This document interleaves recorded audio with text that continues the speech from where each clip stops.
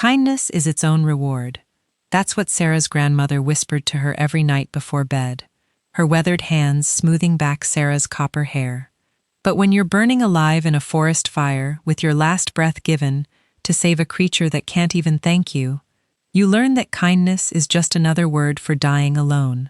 The smoke was so thick Sarah couldn't tell sky from ground anymore. Her lungs screamed for air that no longer existed. The flames had cornered her against the cliff face, a wall of orange fury that turned the world into hell itself. She should run. Every instinct begged her to run. But there, trapped beneath a burning log, a tiny wolf pup whimpered. Its silver-white fur was singed black at the edges. Those eyes bright amber, too intelligent for something so small, locked onto hers with an understanding that pierced through her oxygen-starved delirium. "No one will know," a voice in her head whispered. "No one will know if you save yourself instead." Sarah's grandmother had been wrong about many things. She'd been wrong about Sarah's father coming back, wrong about the village accepting a half-blood orphan, wrong about kindness mattering in a world that only rewarded the strong. But Sarah couldn't leave the pup. Her hands were already moving, blistering as she gripped the burning log. The pain was everything. The pain was nothing. She heaved with strength she didn't have, and the log shifted just enough. The pup scrambled free, stumbling on shaking legs. "Run!" Sarah croaked, her voice barely human. "Run!" The pup looked back at her one last time. In those amber eyes, Sarah saw something impossible. A promise. Then it vanished into the smoke. The flames rushed in where the pup had been. Sarah's knees hit the scorched earth. She couldn't breathe, couldn't move. The fire was inside her now, consuming everything she was. At least something lived, she thought, as the darkness took her. At least then she heard it. Footsteps, heavy, purposeful, moving toward the flames instead of away. A shadow fell across her burning body, massive, impossible. Through her failing vision, she saw him, a man who shouldn't exist. 7 feet of raw power wrapped in midnight black furs. His eyes burned silver white, exactly like the pup. "You saved my son," a voice like thunder rumbled. "You used your last breath for my son." Strong arms lifted her as if she weighed nothing. The pain doubled, tripled, every nerve ending shrieking at the movement. "No human has shown such honor in 300 years," the impossible man said, and his voice cracked with something that sounded like wonder, like grief. "You will not die today." Sarah tried to speak, but only blood came out. "Hold on," he commanded, and his silver eyes met hers with an intensity that burned hotter than any fire. "I am Theron, Alpha, king of the Northern Pack, and I have just become forever in your debt." The world went black. But Sarah's heart, against all logic, against all reason, kept beating. Chapter 1. The Unwanted Daughter. 3 weeks earlier, Sarah had learned to make herself small. It was a skill you developed when you were the Ville's favorite target, when your mother died birthing you, and your father vanished into the northern forests before you could walk, when the only thing you inherited was copper hair too bright, eyes too green, and a grandmother who loved you but couldn't protect you. "Half-blood," the butcher's wife hissed as Sarah passed, clutching her basket of herbs. "Walking curse." Sarah kept her eyes down, kept walking. The morning market of Ashenvale was always worst on trade days. Too many people, too many opportunities for casual cruelty. "I heard her grandmother's sick again," someone whispered, not bothering to lower their voice. "Wasting away. Probably the girl's bad blood finally killing her." Sarah's fingers tightened on her basket until her knuckles went white. "Don't respond. Never respond. It only makes it worse." "Sarah." A warm voice cut through the malice. "There you are." Ara pushed through the crowd, her blonde hair gleaming in the sunlight like spun gold. The butcher's wife immediately smiled. Everyone smiled at Ara. She was the village healer's daughter, beloved by all, destined to marry the mayor's son. She was also the only person in Ashenvale who'd shown Sarah genuine kindness. "Walk with me." All linked her arm through Sarah's, not waiting for an answer. Her presence was like a shield, The whispers stopped, the glares softened. No one wanted to offend. You shouldn't, Sarah started. Shouldn't what? Walk with my friend. Ara's blue eyes flashed with rare anger. Ignore them, Sarah. They're small-minded fools. They walked in silence until they reached the forest edge, where the market noise faded into birdsong and rustling leaves. Your grandmother? Ala asked softly. Worse. Sarah's voice cracked. Despite her best efforts, the fever won't break. She's not eating. I tried the remedies you taught me, but let me see her. Aller squeezed Sarah's arm. This afternoon, I'll bring supplies from my mother's stores. We'll figure this out. Such a simple word, but it made Sarah's throat tight with emotion. When everyone else saw a curse, Aller saw a person worth saving. Thank you, Sarah whispered. I don't know what I'd do without. The scream cut through the forest like a blade. Both girls froze. Then came another scream, high, terrified, distinctly male. That's Garrett. Allah's face went pale. The mayor's son, her betrothed. They ran toward the sound, crashing through undergrowth. Sarah's heart hammered against her ribs. Please don't let it be, wolves. Please don't let it be. They burst into a clearing and stopped dead. Garrett stood with 3 of his friends, all sons of wealthy merchants. They'd cornered something against a massive oak tree, something small and white, and a wolf pup, Sarah breathed. Not just any pup. Its fur was the color of fresh snow, unmarked by the gray or brown typical of forest wolves, but its eyes bright amber, too knowing, locked onto Sarah with an intelligence that sent chills down her spine. Stay back. Garrett brandished a thick branch like a club. The beast tried to attack me. That was a lie. Sarah could see it in the pup's stance, defensive, terrified, but not aggressive. It couldn't have been more than a few weeks old. Garrett, it's just a baby. All said carefully. Let it go. It's more scared than are you mad? One of Garrett's friends, Thomas the blacksmith's son, hefted a rock. It's a wolf. Kill it now before it grows big enough to kill us. No. The word burst from Sarah before she could stop it. 4 pairs of eyes swiveled to her. Garrett's lip curled. The half-blood speaks. He drawled. Tell me, Sarah, does your cursed blood make you sympathetic to monsters? His friends laughed. Ara stepped forward, her healer's authority clear in her voice. Garrett, this is cruel. The pup is no threat. Let it. I'll do what I want, Ar. Garrett's voice turned cold. Or have you forgotten that you're my betrothed? Not this creature's defender. The words hit like a slap. Her face flushed, but she held her ground. Cruelty to animals is beneath you. Fine. Garrett lowered his branch with exaggerated courtesy. The half-blood can save it. Then, if she wants to risk the wolf's teeth, let her. It was a trap. Sarah knew it was a trap. If she stepped forward, they'd mock her. If the pup bit her, which terrified creatures often did, they'd say her curse attracted monsters. If she walked away, she'd be proving she was a coward. No winning, she thought bitterly. There's never any winning. But the pup's eyes found hers again, and Sarah saw something she recognized. Please, please help me. She'd been that creature too many times to count. I'll take it, Sarah said quietly, setting down her basket. Sarah, you don't have to brim. All began.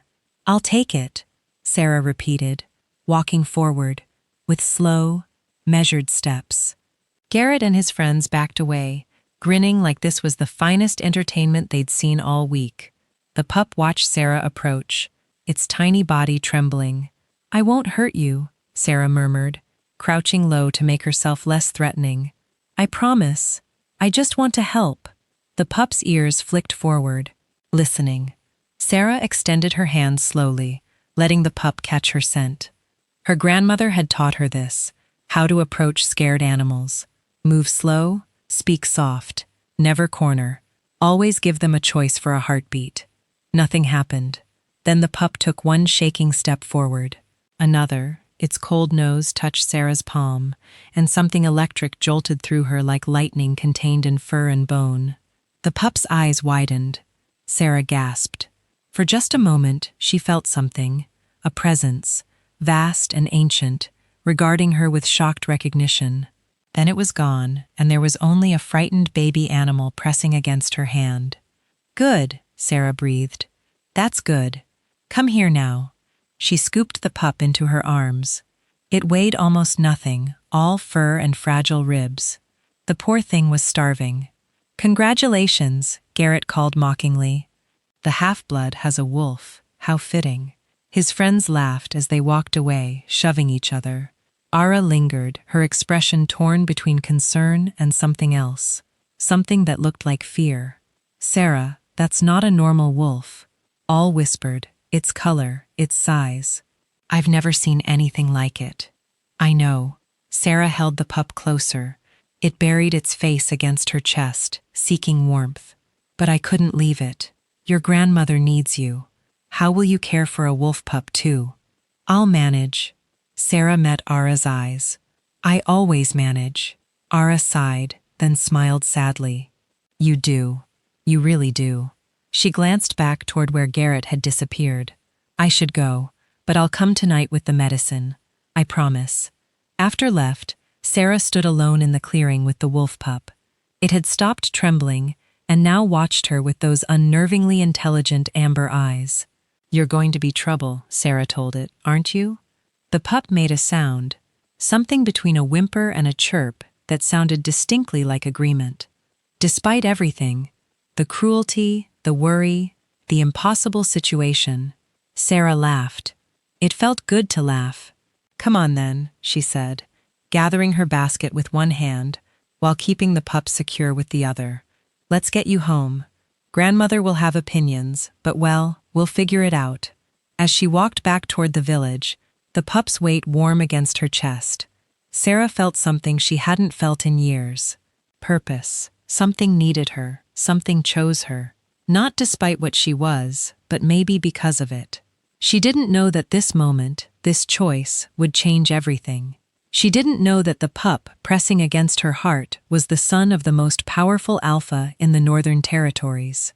She didn't know that 3 weeks from now she'd burn for this choice, but she'd make the same decision anyway, because Sarah had learned to make herself small. Yes, but she'd never learned to walk past something suffering, and that would make all the difference. Chapter 2. The Alpha's Son. Sarah's grandmother lived in a cottage at the very edge of Ashenvale, far enough from the village center that people could pretend she didn't exist, close enough that they could blame her when crops failed or livestock sickened. The cottage was small but sturdy, built by Sarah's grandfather decades ago. Wild roses climbed the stone walls, and herbs grew in careful rows along the south side. It was the only place Sarah had ever felt safe. She pushed through the wooden door, the wolf pup still cradled against her chest. "Grandmother," she called softly. The main room was dim, curtains drawn against the afternoon sun. A fire burned low in the hearth, barely enough to keep the chill away, and there, in the bed near the window, lay the woman who'd raised her. Grandmother Miriam had been beautiful. Once Sarah had seen the faded portrait on the mantel. Raven black hair, sharp cheekbones, eyes like polished jade.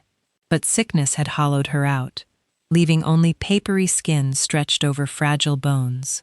Still, when those jade eyes opened and found Sarah, they sparked with the fierce intelligence that had kept them both alive all these years. "Child," Miriam's voice was barely a whisper. "You're back. Did you get the fever?" "Yes." And Sarah hesitated. "I brought something else." She approached the bed, and the wolf pup's head popped up, alert. Miriam's eyes widened. "Sarah, tell me you didn't." "I couldn't leave it, grandmother. Garrett and his friends were going to kill it." Miriam was silent for a long moment, studying the pup with an intensity that made Sarah nervous. Then, impossibly, the old woman smiled. "Come here," she beckoned. "Both of you." Sarah knelt beside the bed. The pup, sensing no threat, stretched its neck to sniff Miriam's extended hand. The old woman's fingers trembled as she stroked the white fur. "Silver-white coat," Miriam murmured. "Amber eyes. Oh, child, do you know what you found?" "A wolf pup that was going to die if I didn't help," Sarah said firmly. "This is no ordinary wolf." Miriam's eyes met Sarah's, suddenly more alert than she'd been in weeks. "This is a child of the Northern Pack." Sarah's blood went cold. Everyone knew the stories. The wolves that walked like men, the alpha kings who ruled the deep forests, the ancient packs that had existed long before humans built their villages. But they were just stories, warnings to keep children from wandering too far into the woods. "Grandmother, that's just legend." Miriam coughed, her whole body shaking. Sarah quickly poured water from the pitcher, helping her drink. When the coughing subsided, Miriam gripped Sarah's hand with surprising strength. "Your mother knew the truth. Your father learned it. And now you've stumbled into it. What are you talking about?" Miriam's eyes drifted to the portrait on the mantel, but not to her own younger face, to the man beside her in the painting. Sarah's grandfather, dead before she was born. "Your grandfather was born to the Northern Pack," Miriam said quietly. "A wolf-blooded warrior who chose humanity, chose me, and paid the price for that choice." The room spun. Sarah sat back hard, the pup scrambling in her arms. That's not possible." "Your bright copper hair, your green eyes that see in the dark, the way animals trust you, even when they flee from everyone else." Miriam's smile was sad. "You thought those were just traits, child. They're your heritage. Diluted? Yes. Barely a whisper of what your grandfather carried, but it's there."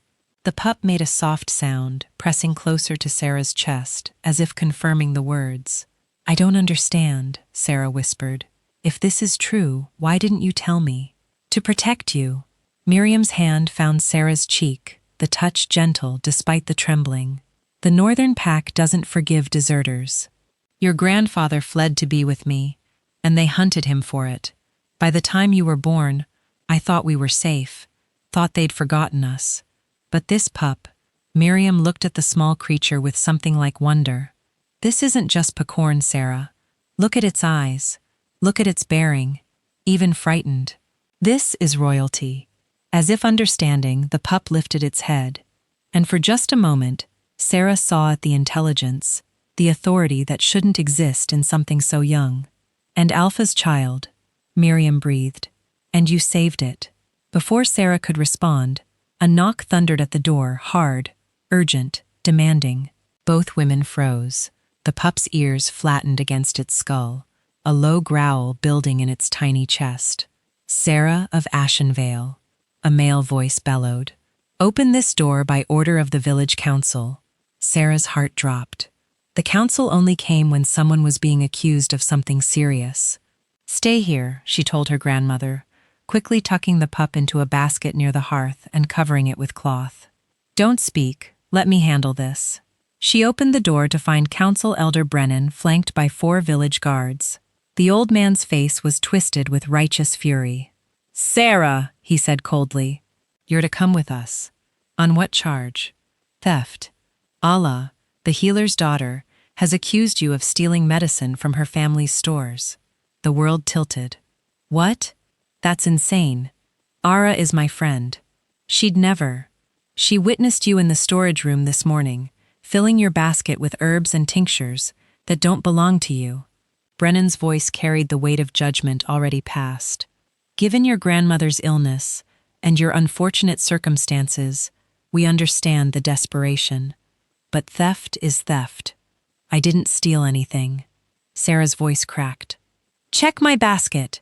Everything I have, I gathered from the forest or traded for." "We will examine the evidence," Brennan said. "At your trial tomorrow at dawn trial?" Sarah's legs nearly gave out. "This is a mistake. Let me talk to Ara. She'll tell you. The healer's daughter has made her statement. You'll have your chance to defend yourself before the council." Brennan nodded to the guards. "Take her."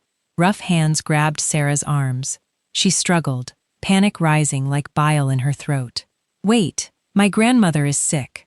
She can't be left alone." "Your grandmother's condition is unfortunate," Brennan said without sympathy. "But it doesn't excuse theft.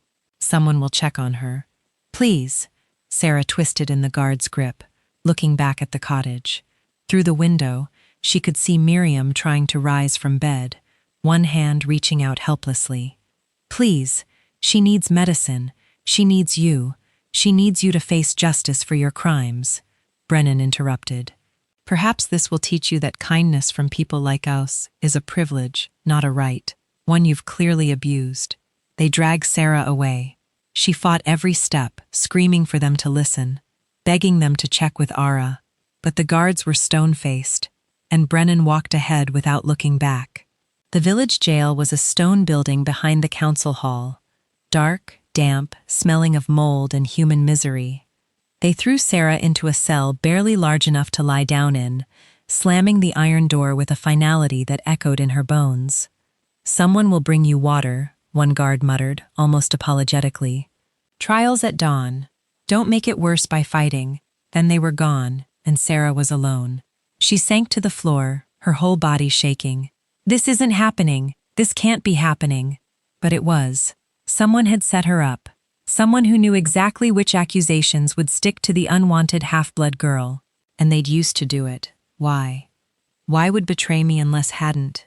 Unless someone had manipulated the situation, made it look like Sarah was guilty. Garrett. It had to be Garrett. She'd embarrassed him in the forest, shown him up in front of his friends. This was his revenge. Sarah pressed her forehead against the cold stone wall and let herself cry for her grandmother dying alone, for the wolf pup that would starve without care, for the friendship she'd thought was real, but apparently meant nothing, for herself and the life that kept taking everything she tried to hold on to. Hours passed, the sun set, plunging the cell into absolute darkness. No one came with water. No one came at all. Sarah dozed fitfully, waking every time the wind rattled the barred window. In the darkness, her mind conjured terrible scenarios. Grandmother collapsing with no one to help her. The pup crying for food. The trial ending with exile or worse. Around midnight, a sound jolted her fully awake, scraping. At the window, Sarah scrambled to her feet, heart hammering. The window was small, barely large enough for a child to squeeze through, and 7 feet off the ground outside. Nothing human could reach it without a ladder, but the scraping continued. Then a huff, distinctly animal. "Hello," Sarah whispered, pressing her face to the bars. A massive shape moved in the darkness outside, too large to be a wolf, too graceful to be a bear. Then silver-white eyes appeared at the window, gleaming with moonlight. Sarah stumbled back, a scream catching in her throat. The creature made a sound low, rumbling, distinctly questioning, not aggressive, almost concerned. "What are you?" Sarah breathed. The eyes blinked slowly. Then a voice emerged from the creature's throat, deep, ancient, speaking directly into Sarah's mind rather than her ears. "You saved my son." Sarah's knees hit the ground. This wasn't possible, wasn't real. She was hallucinating from stress and fear. "And I am Theron, Alpha King of the Northern Pack, and I have come to ask why a human girl would risk herself for a wolf pup she'd never met." The voice was overwhelming, not cruel, but so powerful it made Sarah's bones ache. She forced herself to speak through the terror. Because he was scared. Because those boys would have killed him. Because I couldn't. Her voice broke. I couldn't just walk away. Silence. Those silver eyes studied her with an intensity that felt like being dissected. "Your blood carries pack lineage," the voice said finally. "Faint, but present. You are descended from wolves who chose humanity." "My grandfather," Sarah whispered. "My grandmother just told me, Miriam." Something like recognition colored the mental voice. "She was the reason one of our finest warriors abandoned his oaths. We thought the bloodline dead, but here you are, bearing the mark of our people, despite never knowing what you carried. I don't understand what you want from me. My son is still with you, still under your care." "I was arrested," Sarah said bitterly. "They think I'm a thief. At dawn, they'll probably exile me. Your son is alone in my cottage with my dying grandmother." More silence. "Then tell me what happened. Everything." So Sarah did. She poured out the whole story, finding the pup, the accusations, supposed betrayal, her grandmother's illness. She had nothing left to lose, and something about the ancient presence made lying impossible. When she finished, the silver eyes blazed brighter. You were betrayed by those you trusted, punished for showing mercy. The Alpha King's voice carried an edge like drawn steel. And now you will die in this cage, while your grandmother perishes and my son starves. Yes, Sarah said flatly. That's exactly what will happen. So if you've come to judge me for not protecting him better, get in line. A sound emerged from the darkness low, rumbling. It took Sarah a moment to realize the Alpha King was laughing. You have fire in you, daughter of wolves. More than you know. The eyes moved closer to the bars. I could free you. Tear these walls apart. Scatter your captors like leaves. But that would expose my son's presence here and put him in greater danger. Then why are you here to make you an offer? The silver eyes burned with sudden intensity. Keep my son safe. Get yourself free of these accusations. Survive long enough to return him to the Northern Pack, and I will give you anything you desire. Healing for your grandmother. Safety from those who persecute you. A place among wolves who understand what it means to be cast out. Sarah's heart clenched. And if I fail, then we both lose everything that matters. The Alpha King's presence pressed against her mind, heavy with urgency. But I have seen your heart, Sarah of Ashenville. You saved my son when you had every reason to walk away. That is not someone who fails when it truly matters. I don't know how to get free, Sarah admitted. I don't know how to fight them. Then learn quickly. The eyes began to fade. The trial is at dawn. Survive it. I will find a way to help, but you must trust yourself as much as I am trusting you. Wait. Sarah pressed against the bars. Your son, what's his name? A pause, then softer. His mother named him Kirion. He is 3 months old and has never been away from Packlands until now. Kirion, Sarah repeated. I'll keep him safe. I promise. I know you will, daughter of wolves. That's why I came. The presence vanished, and Sarah was alone again in the darkness. But something had changed. The despair that had crushed her earlier was gone, replaced by something sharp and bright and dangerous. Determination. She would survive the trial. She would protect Kirion. She would get her grandmother to safety, and she would make Garrett pay for what he'd done. The half-blood girl they tried to break was discovering she had teeth of her own. She just needed to learn how to use them. Chapter 3. The Trial of Lies. Dawn came too quickly. Sarah hadn't slept, couldn't sleep after the Alpha King's visit. Part of her wondered if she'd imagined the entire encounter, a fever dream born from exhaustion and terror. But the memory of those silver eyes felt too real, too visceral to be anything but truth. Survive the trial, the voice had commanded. But how did you survive when the outcome was already decided? The guards came as pale light filtered through the barred window. They didn't speak, just unlocked the cell and hauled her out into the morning chill. Sarah's legs nearly buckled. She'd had no food or water since her arrest, and her body felt like it belonged to someone else. The council hall dominated Ashenville's center square, a massive timber building that served as courthouse, meeting place, and symbol of the village's justice. Already, people crowded around its entrance, eager for the entertainment of watching the half-blood face judgment. Sarah kept her head high as they marched her through the crowd. She caught fragments of whispers, always knew she was a thief. Poor Ara taken advantage of. Cursed blood finally showing. Then she saw herself standing near the council hall steps beside her mother. The healer's daughter wore a simple gray dress, her blonde hair pulled back severely, but it was her expression that made Sarah's chest constrict. All looked miserable, her eyes red-rimmed, her hands twisting together nervously, their gazes met for just a heartbeat. Allah's lips parted as if to speak, but her mother's hand clamped down on her shoulder, and the moment shattered. She didn't want this, Sarah realized with sudden clarity. Someone forced her into this. The guards pushed Sarah through the heavy oak doors into the hall. Inside, the 5 council elders sat behind a raised platform, their faces carved from stone in judgment. Elder Brennan occupied the center seat, his silver beard practically quivering with righteous authority. To the right stood the accusers section, Allah's mother, Majestra Helena, the village's head healer, a severe woman who'd never hidden her disdain for Sarah. Beside her, looking far too pleased with himself, stood Garrett. The pieces clicked into place. Garrett had manipulated this, used his influence, his betrothal to Era, to force the healer's daughter into making false accusations. And Helena, who'd always wanted her daughter to marry into power, had gone along with it. "Sarah of Ashen Vale," Brennan's voice echoed through the hall. "You stand accused of theft from the healer stores.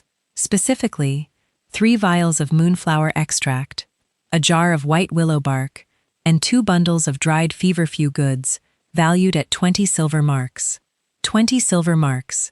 More money than Sarah saw in 6 months. The number was deliberately inflated to make the crime seem worse. "How do you plead?" "Not guilty," Sarah said clearly. Her voice didn't shake. She wouldn't give them that satisfaction. "Majestra Helena," Brennan gestured to the healer. "Present your evidence."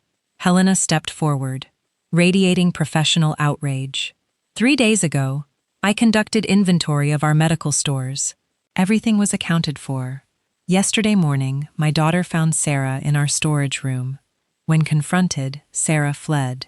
Later, investigation revealed the missing items. Lies. Casual, confident lies, delivered with the authority of someone who'd never been questioned. "I was never in your storage room," Sarah said. "I gathered herbs in the forest, as I always do. I can show you the exact locations. Wild herbs." Helena's lip curled. "Convenient that you'd claim to find the exact same rare herbs we stock. Moonflower extract doesn't grow in these woods, girl. It's imported from the southern coast at great expense." Sarah's mind raced. Moonflower extract. She'd never even seen it, let alone stolen it. "Then search my home.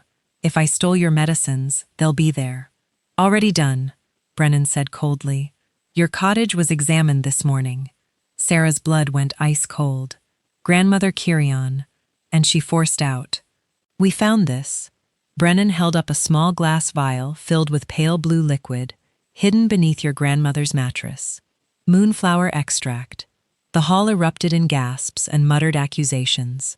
Sarah stared at the vial, her mind refusing to process what she was seeing. Someone had planted it. Someone had gone into her home, past her dying grandmother, and planted evidence. "That's not mine," she said. But her voice was lost in the crowd's noise. "Silence." Brennan slammed his staff against the floor. "The evidence is clear. Sarah of Ashenville, you stole medicine to treat your grandmother's illness. If I stole medicine from my grandmother, why would I hide it instead of using it?" Sarah's voice cut through the hall like a blade. "That makes no sense." For just a moment, uncertainty flickered across Brennan's face. Around the hall, people shifted uncomfortably. It was a good point. Then Garrett stepped forward, his expression dripping with false sympathy. "Perhaps," he said smoothly, "Sarah hid the medicine because she knew it was stolen. Maybe she planned to use it slowly to avoid suspicion. Or perhaps—" He paused for effect. Perhaps her guilt overcame her greed. "Guilt?" Sarah nearly laughed. "You want to talk about guilt? Careful, half-blood." Garrett's voice dropped to a dangerous whisper. "You're already facing exile. Don't make it worse." The threat was clear. Keep talking and the punishment would escalate. But Sarah was done being careful, done being small. "Yesterday in the forest," she said loudly, addressing the entire hall. "Garrett and his friends cornered a wolf pup. They were going to kill it for sport. I intervened. And now, less than a day later, I'm on trial for crimes I didn't commit. Convenient timing, wouldn't you say?" "This is absurd," Garrett scoffed. "Are you truly suggesting I fabricated charges because you embarrassed me over a wild animal?" "Yes," Sarah said flatly. "That's exactly what I'm suggesting." The hall exploded into chaos. Garrett's face flushed dark red. Helena looked murderous, but in the crowd, Sarah saw doubt creeping into people's faces. They knew Garrett's temper, knew his pride, enough. Brennan's roar silenced everyone. "These are serious accusations, girl. Do you have any proof? Any witnesses who can verify your version of events?" Sarah's heart sank. Ara had been there. Ara had seen everything. But Ara stood beside her mother, silent and pale. and Sarah understood with crushing certainty that her friend wouldn't speak. Ara was there, Sarah said anyway, meeting the healer's daughter's eyes across the hall. She saw Garrett threatening the wolf pup. She knows I'm telling the truth. Every gaze swiveled to Ara. The girl's face went ghost white. Her mother's hand tightened on her shoulder like a claw. Ara, Brennan said, is this true? The silence stretched impossibly long. Sarah watched Ara's internal struggle play across her face. Duty versus friendship. Safety versus truth. The girl's eyes filled with tears. Ara's voice cracked. I saw Sarah with a wolf pup. Yes, but Garrett was protecting us. Helena interrupted smoothly. The creature was dangerous. My daughter told me everything. Sarah's version is a desperate distortion of events. That's not Ara started. Ara, her mother's voice was pure ice. Remember yourself. Remember your place. And just like that, Sarah watched her last hope crumble. Ara's face collapsed, tears streaming freely now, but she nodded once. A tiny, broken surrender. The wolf was dangerous, Ara whispered. Garrett was protecting us. The lie hung in the air like poison. Sarah felt something inside her crack. Not her spirit, but her last illusion that friendship could survive in a world this cruel. So, Brennan said with finality, we have evidence of theft, testimony from the victim, planted medicine in your home, and now proven dishonesty about yesterday's events. Sarah of Ashenvale, the council finds you. The doors burst open. A figure strode into the hall, tall and commanding despite her age. Sarah's grandmother, Miriam, leaning heavily on a walking stick, but moving with fierce determination. You will not. Miriam's voice rang clear, stronger than it had been in months. Pass judgment without hearing from me. Miriam. Brennan's face tightened. You're ill. This trial doesn't concern. This trial concerns my granddaughter, which makes it very much my concern. Miriam limped toward the council platform, and the crowd parted before her like she carried plague. I was present when your thugs searched our home. I know exactly where that vial came from. Sarah's heart leaped. Grandmother, you shouldn't be quiet, child. Miriam's jade eyes blazed with the fire Sarah remembered from childhood. I've been quiet too long. Let an old woman speak her piece before she dies. The hall fell deathly silent. Even Brennan seemed uncertain how to proceed. Miriam was old blood from before the current council's time. She commanded a respect that even they couldn't quite dismiss that vial. Miriam pointed at the evidence in Brennan's hand. Was placed under my mattress while I lay sleeping. I felt the disturbance, heard footsteps, trying to be quiet, but I'm old and sick, not deaf. You expect us to believe? Helena started. I expect nothing from you, Helena. Miriam cut her off. But I will tell the truth, that your daughter is too frightened to speak. Sarah didn't steal anything. She was framed by a boy whose pride was wounded, and you all know it. Murmurs rippled through the crowd. People who'd been certain of Sarah's guilt now looked uncertain. Garrett's face had gone from red to pale. These are serious accusations, Brennan said slowly. But you have no proof, Miriam. Just your word against the council, against the healer, against the mayor's son. Miriam smiled grimly. You're right. I'm just a dying old woman. My word means nothing here. She turned to face the assembled villagers, and her voice rose with unexpected power. But answer me this, all of you. When has Sarah ever stolen, ever lied, ever harmed anyone in this village, despite how you've treated her? Miriam's gaze swept across the crowd, and several people had the grace to look ashamed. She's fed your children when you wouldn't, helped birth your calves, gathered medicine, and asked nothing in return. And this is how you repay that kindness. The shame was spreading now, rippling through the crowd like a wave. Sarah saw it in their faces, the uncomfortable recognition that they'd been ready to condemn a girl who'd never done them wrong. Perhaps, Garrett said, recovering his composure, Sarah has simply hidden her true nature. Well, the evidence was planted, a new voice said. Everyone turned. There, standing at the edge of the crowd, was Thomas, the blacksmith's son, who'd been with Garrett in the forest. "Thomas." Garrett's voice carried a warning. "Don't." "I'm sorry," Thomas said, and he looked genuinely miserable. "I can't do this anymore, Garrett. You told me it was just a prank. You said we'd scare her, make her look foolish." "You never said." He swallowed hard. "I was there when you took that vial from the healer stores. You said it was for the prank. I didn't know you were going to make it look like she stole it." The hall erupted. Garrett lunged toward Thomas, but the guards moved faster, restraining him. Helena looked like she might faint. And Brennan. Brennan looked at the mayor's son with something very close to murder in his eyes. "Is this true?" The Ellers's voice was deadly quiet. "He's lying," Garrett thrashed in the guard's grip. "The half-blood has bewitched him somehow." "Made him." "I'm not bewitched," Thomas said firmly. "I'm just done watching innocent people suffer because you can't handle embarrassment." The proof cascaded after that.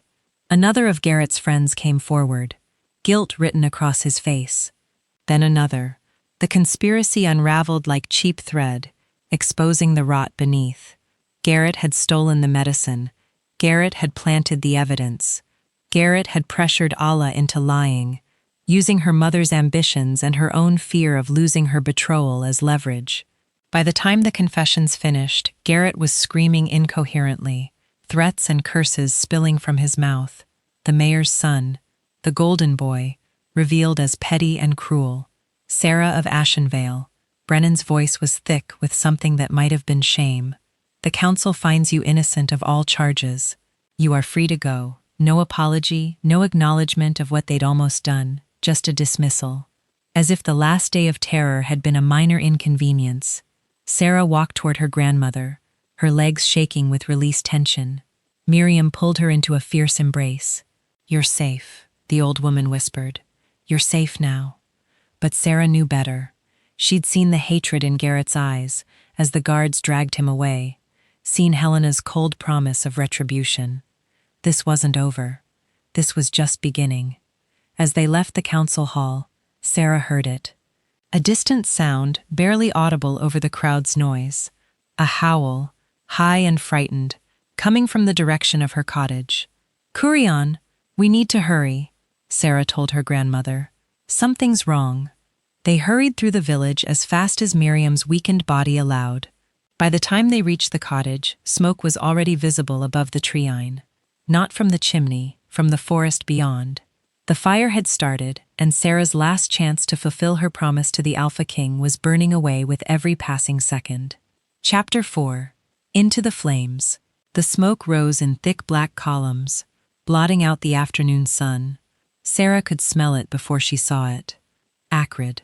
Wrong. The scent of a forest dying. "Stay here," she told her grandmother, already running toward the cottage. "Sarah, wait." But Sarah was already through the door, her heart hammering against her ribs. The interior was exactly as she'd left it, except for the basket by the hearth. Empty. The cloth she'd used to cover Kurion lay discarded on the floor. No, no, no. Sarah spun in a circle, frantically searching. "Kurion, Kurion, where are you?" A faint whimper answered from beneath her grandmother's bed. Sarah dropped to her knees and found the wolf pup pressed into the farthest corner, his amber eyes wide with terror. "There you are!" Relief flooded through her as she coaxed him out. "It's okay. I'm here now." Carrion's ears flattened, and a low growl rumbled in his small chest. Not at her. At something beyond the window. Sarah turned and saw it. Flames dancing through the forest, racing toward the cottage with unnatural speed. This wasn't a normal forest fire, spreading gradually through underbrush. This was too fast, too purposeful. This was deliberate. "We have to go." Sarah scooped Carrion into her arms and ran outside. Her grandmother stood in the garden, staring at the approaching inferno with horrified understanding. "They said it," Miriam whispered, "to destroy any evidence of Garrett's crimes, to silence anyone who might speak against him." "Grandmother, we need to run!" "Where?" Miriam gestured weakly at the forest. "The fire's coming from 3 sides. They've boxed us in against the cliffs." Sarah's blood turned to ice. the cliff's massive rock formations that bordered the eastern edge of Ashenville's territory. Beautiful, deadly, and completely impassable. If they ran toward the village, they'd be heading straight into the people who wanted them gone. If they ran toward the forest, they'd burn. "There has to be a way," Sarah said desperately. "The creek bed is dry this time of year. The fire will jump it easily." Miriam's hand found Sarah's face, gentle despite the trembling. "Child, listen to me. You need to take the pup and run. Head north toward the deep forest. The northern pack will protect you. I'm not leaving you. You don't have a choice." Miriam's jade eyes were calm, accepting. "I can't run, Sarah. This fever has consumed everything I had left. But you can still survive. You and the Alpha's son." "No." Tears blurred Sarah's vision. "No, I won't." A crack like thunder split the air. One of the massive oaks at the forest's edge exploded into flames, showering sparks across the cottage's thatched roof. Within seconds, the roof caught fire.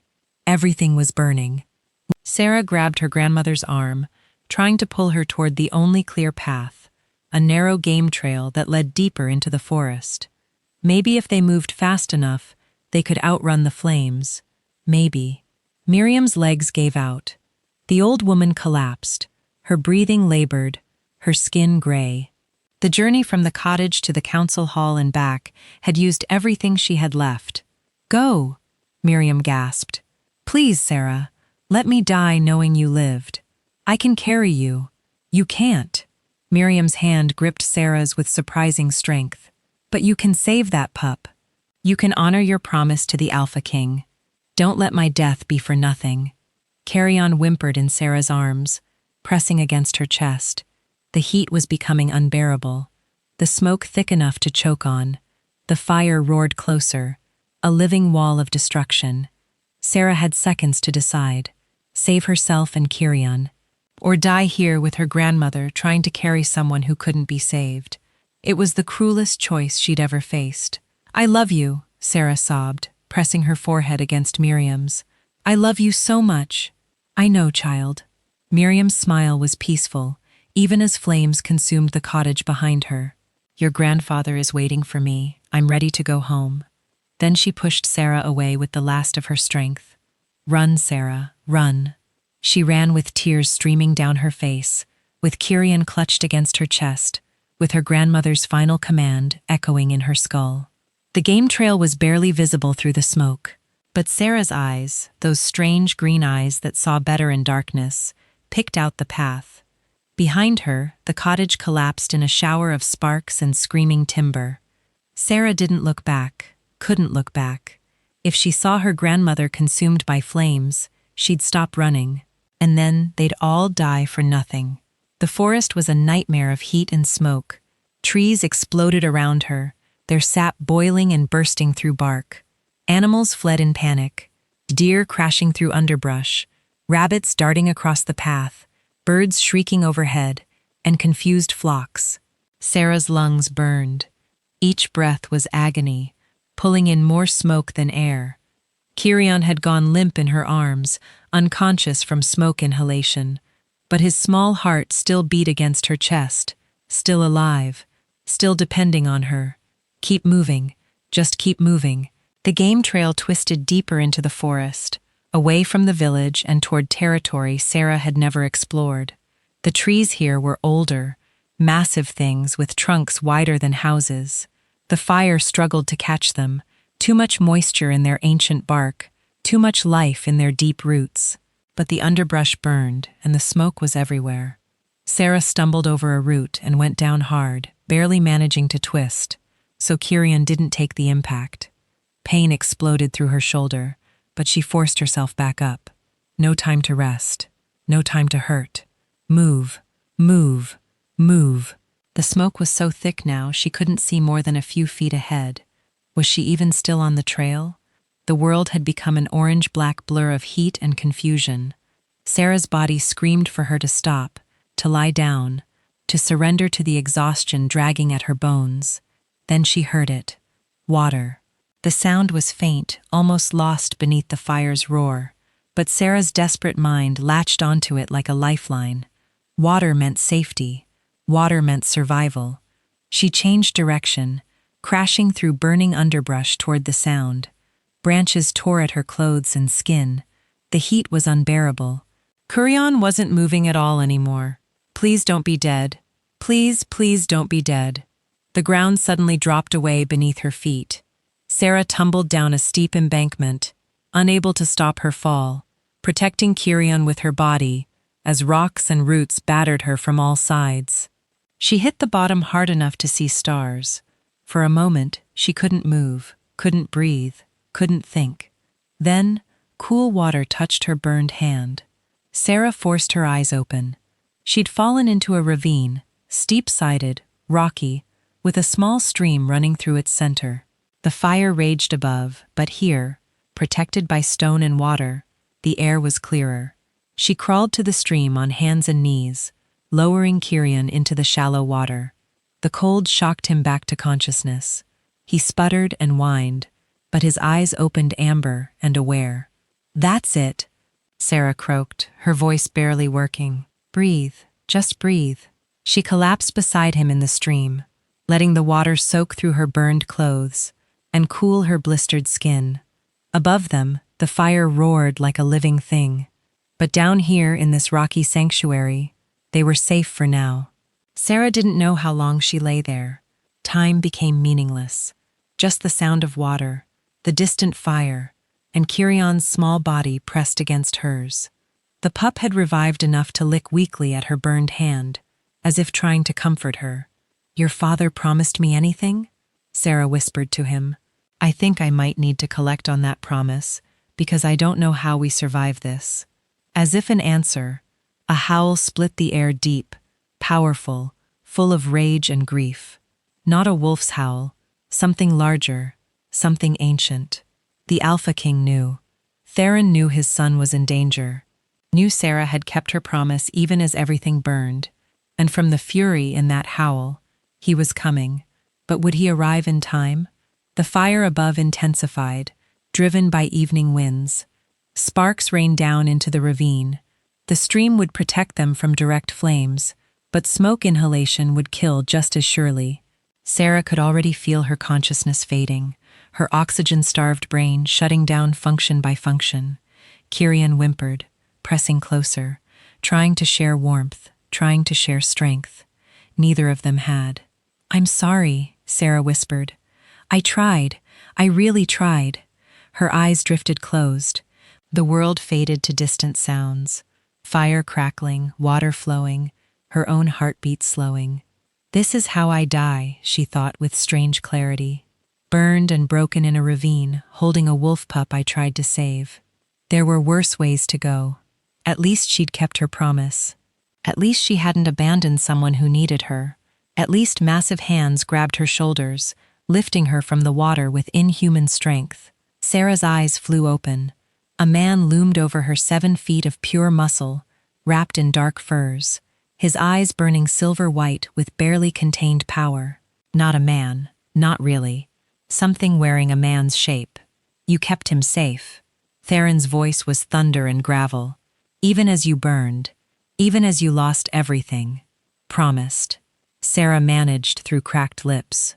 "Promised I would. And you paid for that promise with everything you had." The Alpha King cradled her against his chest like she weighed nothing. With his other hand, he scooped up Kurion, who immediately nuzzled against his father with relieved whimpers. "Your grandmother?" Theron asked, though his tone suggested he already knew. "Dead?" The word broke something in Sarah's chest. "She told me to run. She gave you the greatest gift a parent can give." Theron's voice softened impossibly. The chance to live when they cannot. He moved through the ravine with supernatural speed, his steps sure even in darkness. Sarah's consciousness wavered, but she felt the moment they broke free of the smoke. Cool air rushing into her lungs, the scent of pine instead of ash. "The village," Sarah mumbled. "They tried to kill us. Garrett, Will answer for what he's done." The promise in Theron's voice was absolute. "But first, you must survive. Your body is failing, daughter of wolves. Your burns are severe, Without healing, you'll die before sunrise. Don't care. Sarah's words were slurring. Kirion's safe. That's what matters. It matters, Theron agreed. But so do you. You saved my son. Used your last breath to honor a promise to a creature you'd never met. That kind of honor is rare. I won't let it die in a ravine. Sarah wanted to argue, but her body had finally hit its limit. The pain, the smoke damage, the exhaustion, all of it crashed over her at once. As darkness claimed her, she heard Theron's voice like a distant echo. Hold on, Sarah of Ashen Vale. Your story isn't finished yet.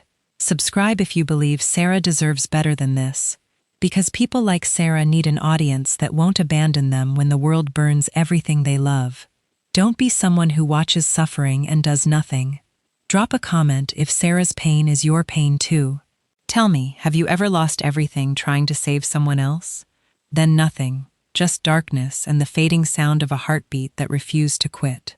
Chapter 5: The Northern Pack. Sarah woke to silver light and the scent of pine. For a confused moment, she thought she was dead. The afterlife her grandmother had described. Peaceful, painless, full of soft light, and the voices of those who'd gone before. Then pain crashed through her body like a tidal wave, and she knew with absolute certainty that she was very much alive. Easy. A woman's voice, low and commanding. Don't try to move yet. The healing salve needs time to work. Sarah's eyes struggled to focus. She was lying on something soft furs, she realized, piled deep and warm. Above her, a ceiling of woven branches filtered moonlight into patterns across her vision. Not her cottage, not anywhere she recognized. A face appeared above her, angular and beautiful, with sharp cheekbones and eyes that gleamed like polished copper. The woman's hair was black as midnight and fell in a thick braid over one shoulder. She looked maybe 30, but something in her gaze suggested far greater age. Who? Sarah's voice came out as a rasp. Her throat felt like she'd swallowed hot coals. Here. The woman pressed a cup to Sarah's lips. Drink slowly. It's willow bark tea with honey. It'll help with the pain and the throat damage. The liquid was cool and soothing. Sarah drank greedily, only stopping when the woman pulled the cup away. Not too much at once. Your stomach isn't ready. The woman set the cup aside and studied Sarah with those unsettling copper eyes. I'm Ravina, second of the Northern Pack. You're in our healing den, deep in pack territory. You've been unconscious for 2 days. 2 days? Sarah's mind struggled to process that. Kirion! The pup is fine. Theron's with him now. Ravina's expression softened slightly. You saved the Alpha King's son, girl. That's not something we take lightly. Memory flooded back the fire. Her grandmother's death. The desperate flight through burning forest. Sarah's chest constricted with grief so sharp it physically hurt. My grandmother, I know. Ravina's hand found Sarah's. The touch surprisingly gentle. Theron told us everything. Miriam was known to the pack once, when your grandfather still lived among us. She was a good woman who made a hard choice for love. We mourned her passing with the proper rites. Tears leaked from Sarah's eyes before she could stop them. She'd been holding everything together for so long. The trial, the fire, the impossible choices. Now finally safe, the grief came pouring out. Ravina didn't tell her to stop crying, didn't offer empty comfort. She just sat there, her hands steady on Sarah's, letting the storm of emotion run its course. When Sarah finally had no more tears left, Ravina offered her water again. Your burns are healing well, the woman said, checking the bandages that wrapped Sarah's arms and shoulders. Wolfpack salve is far more effective than human medicine. You'll have scars, but you'll keep full use of your limbs. You are very lucky. Doesn't feel lucky, Sarah whispered. No, I imagine it doesn't. Ravina's gaze was knowing. You lost your home, your grandmother, everything familiar. You're in a strange place among people who aren't quite human, and you're wondering why Theron brought you here, instead of leaving you to die in that ravine. Sarah nodded weakly. Because you honored a debt when you had no reason to. Because you chose mercy when cruelty would have been easier. Because Ravina paused, choosing her words carefully. Because you carry wolf blood, however diluted, and the northern pack protects its own. I'm not one of you, Sarah said. My grandfather left. Your grandfather made his choice.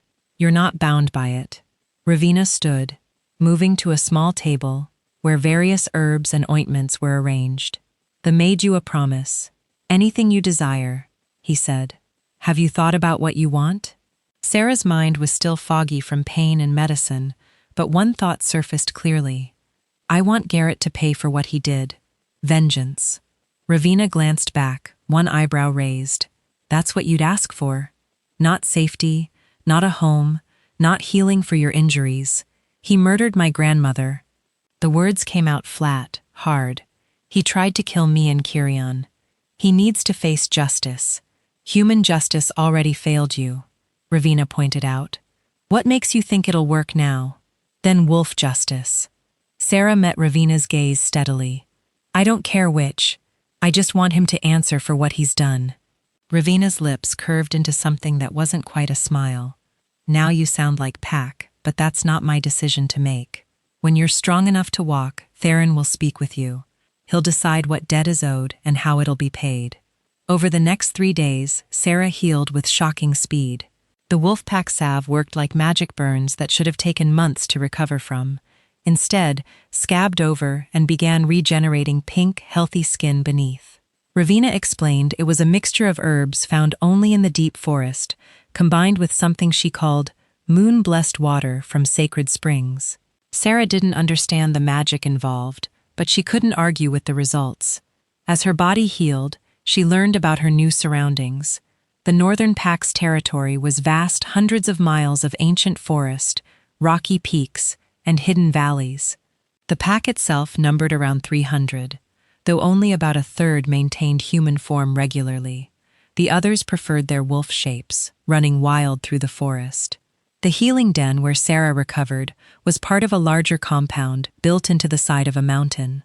Structures made of timber and stone blended seamlessly with the natural rock formations, creating a settlement that felt more grown than built. "We've lived here for over 1,000 years, Ravina told her while changing her bandages.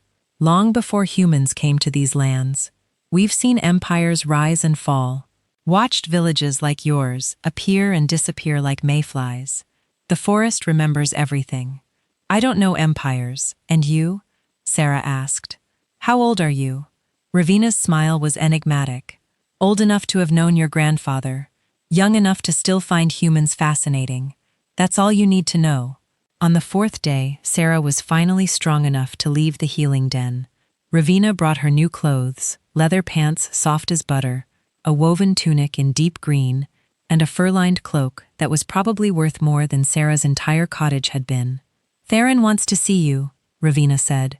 "He's at the summit stone." "Can you walk that far?" Sarah tested her legs. They felt weak but functional. "How far is it?" 20 minutes if you're healthy. 40 for you, probably. I'll walk with you." The pack compound was stunning in daylight. Sarah had glimpsed it through fever dreams, but seeing it clearly took her breath away. Stone buildings with carved doorways rose 3 and 4 stories high, connected by rope bridges and wooden walkways. Gardens grew in impossible places, herbs and flowers cascading down rock faces, trees growing from what looked like solid stone, and everywhere wolves. Some were in human form, men and women of all ages going about daily tasks.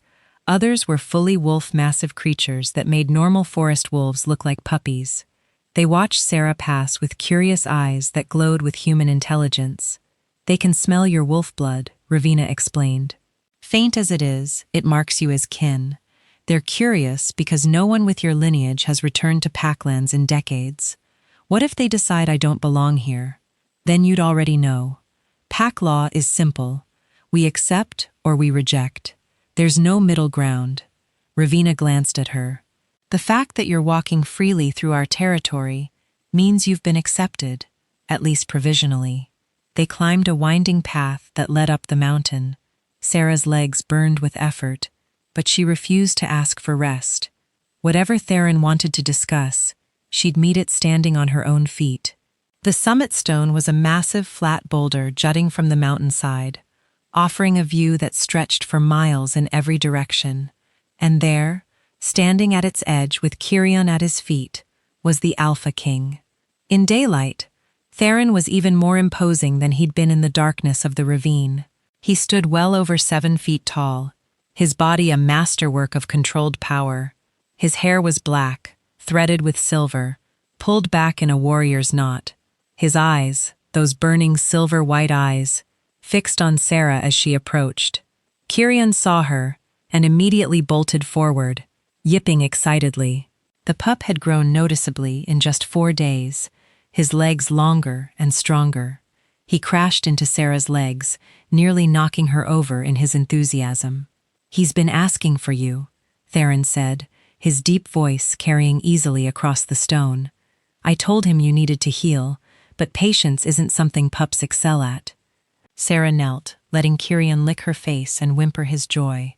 The pup's unconditional love was a balm to her battered soul. "Thank you," she said, looking up at the "for saving us. For bringing us here," for her voice caught. "For everything you thanked me by using your last breath to save my son." Theron moved closer, each step deliberate. "That debt cannot be easily repaid.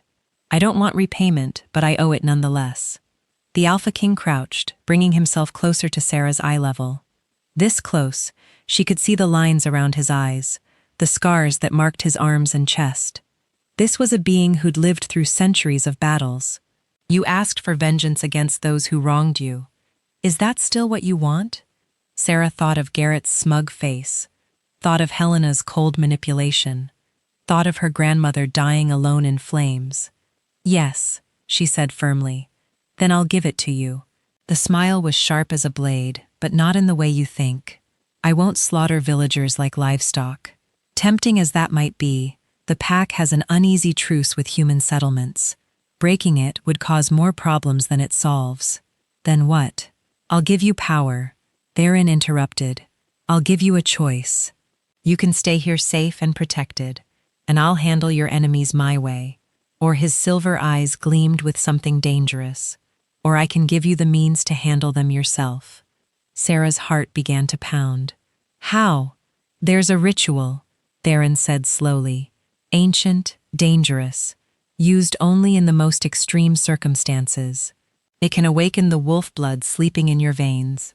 Not enough to make you full pack your human heritage is too strong, but enough to give you strength, speed, healing beyond what normal humans possess. Enough to make you formidable." "What's the catch?" Sarah asked. Because there was always a catch. "The ritual might kill you." Theron's expression was grave. "Your body is 1/4 wolf at best. The transformation could tear you apart. Even if you survive, you'll be neither fully human nor fully wolf. You'll belong nowhere, caught between 2 worlds." "I already belong nowhere," Sarah said bitterly. "The humans rejected me before this. What do I have to lose?" "Your life," Ravina said quietly from behind her. "Your humanity. Your choice to walk away from all of this and start fresh somewhere else." Athi nodded. "She's right. You could leave this place. Travel to the southern cities where no one knows your name. Start over. I'll give you gold, supplies, letters of introduction. You could have a normal human life." It was tempting. For a moment, Sarah let herself imagine it, a new city, a new name. No one knowing about half-blood curses or dead grandmothers or fires that consumed everything. Then she thought of Garrett walking free. Thought of Helena facing no consequences. Thought of her grandmother's death being forgotten like it meant nothing. "No," Sarah said. "I want the ritual. I want the power to make them answer for what they've done. Even if it kills you, even then." Sarah met the burning gaze without flinching. "Because at least I'll die trying to get justice instead of running away." Silence stretched between them. Kirion whimpered softly, pressing against Sarah's leg, as if sensing the gravity of the moment. Finally, the stood. "Then we'll perform the ritual at the next full moon. 3 nights from now, use that time to prepare yourself to be certain of this choice. Once begun, The ritual cannot be stopped. I'm certain now, Sarah said. Nevertheless, 3 nights, the Paudia Mains, the Diljuel command, Ravina will train you, teach you what you need to know, and Sarah, he paused. If you survive this, you'll owe the pack a debt of your own. Power always comes with a price. What kind of debt? That depends on what you become. The smile was enigmatic. Survive first, then we'll discuss what comes after. He shifted, then his form blurring, collapsing, reforming in the space of a heartbeat. Where the man had stood, a massive wolf now sat silver-white fur, eyes like captured moonlight, easily the size of a horse. Kirian yipped excitedly and bounded after his father, as the loped away across the summit stone, disappearing into the forest with supernatural grace. Sarah stood there, her decision made, her fate sealed. In 3 nights, she'd either gain the power to face her enemies, or she'd die in the attempt. Either way, the half-blood girl who'd learned to make herself small was about to become something else entirely. Palaverstern, Meterwelger. Subscribe if you're the type of person who roots for the broken. Because Sarah needs an audience that believes in second chances, in justice earned through fire and pain. Comment, what would you do in Sarah's position? Would you choose safety or vengeance? Tell me. Something fierce, something dangerous, something that refused to stay small ever again. Chapter 6. The Awakening. The 3 days before the full moon were the hardest of Sarah's life. Ravina trained her with relentless intensity, pushing her healing body to limits she didn't know existed. They started before dawn and didn't stop until well after dark, with only brief breaks for food and water.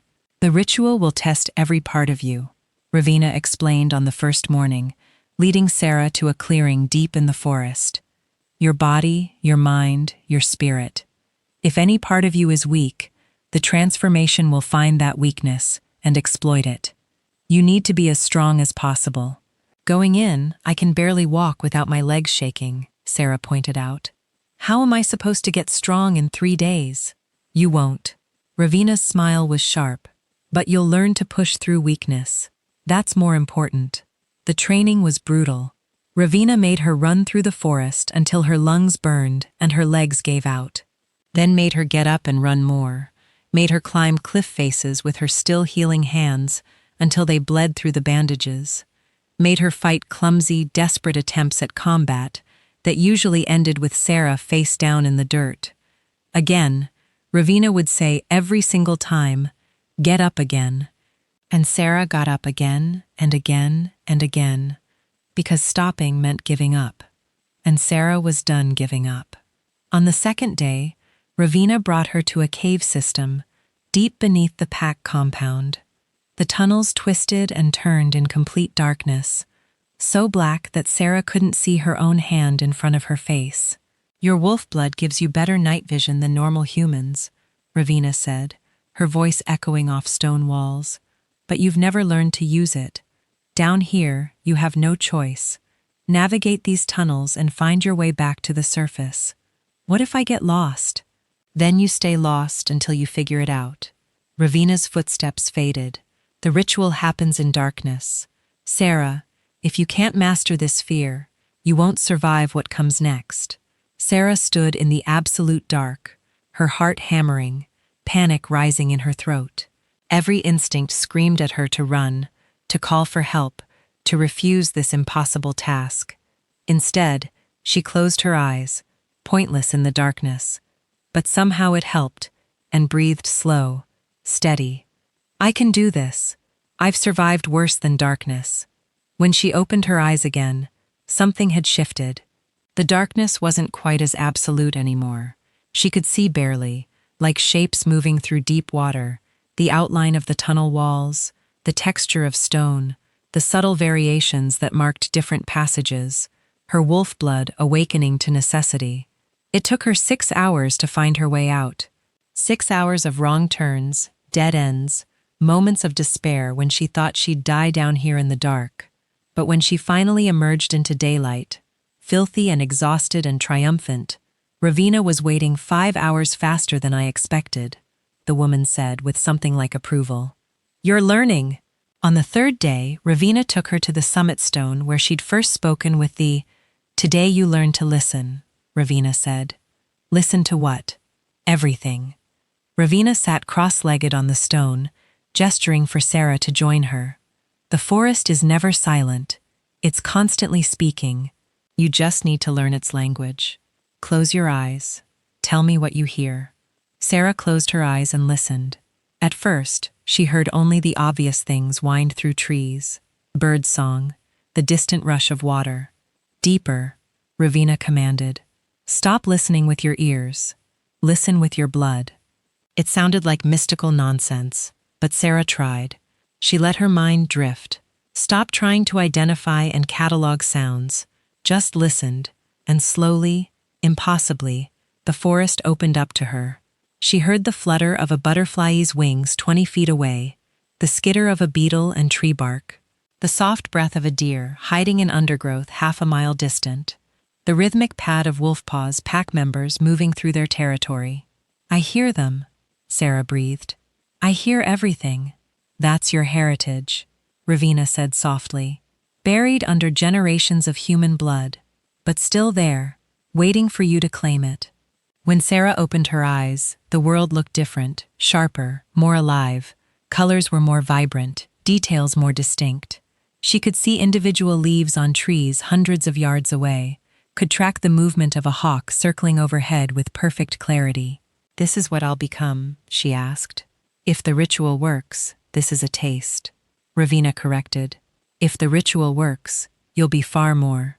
But yes, this is a glimpse of what you're reaching for. That evening, as the sun set on the third day, the summoned Sarah to his den. It was carved directly into the mountain, a massive chamber with walls of natural stone and a ceiling that opened to the sky. A fire burned in the center, and around it sat the pack's elders, 9 wolves in human form, their eyes glowing with ancient power. Kirion was there too, curled up near the fire. The pup had grown significantly in just a week, now nearly twice the size he'd been when Sarah first saved him. He bounded to her immediately, and Sarah knelt to embrace him. He's been asking for you all day, Theron said from his seat at the fire's head. I think he knows what tonight brings. Tonight? Sarah's heart skipped. But the full moon isn't until tomorrow night. Yes. Theron's expression was grave. But before the ritual, you need to understand what you're truly asking for. The elders are here to witness your choice and ensure you're making it with full knowledge. One of the elders, a woman so old her hair was pure white, leaned forward. Sit, child. We have stories to tell you, warnings to give. Sarah sat across from Theron, Kirion immediately climbing into her lap. The pup's weight was comforting, grounding her as the elders began to speak. The ritual you seek is called the Blood Awakening, the white-haired elder said.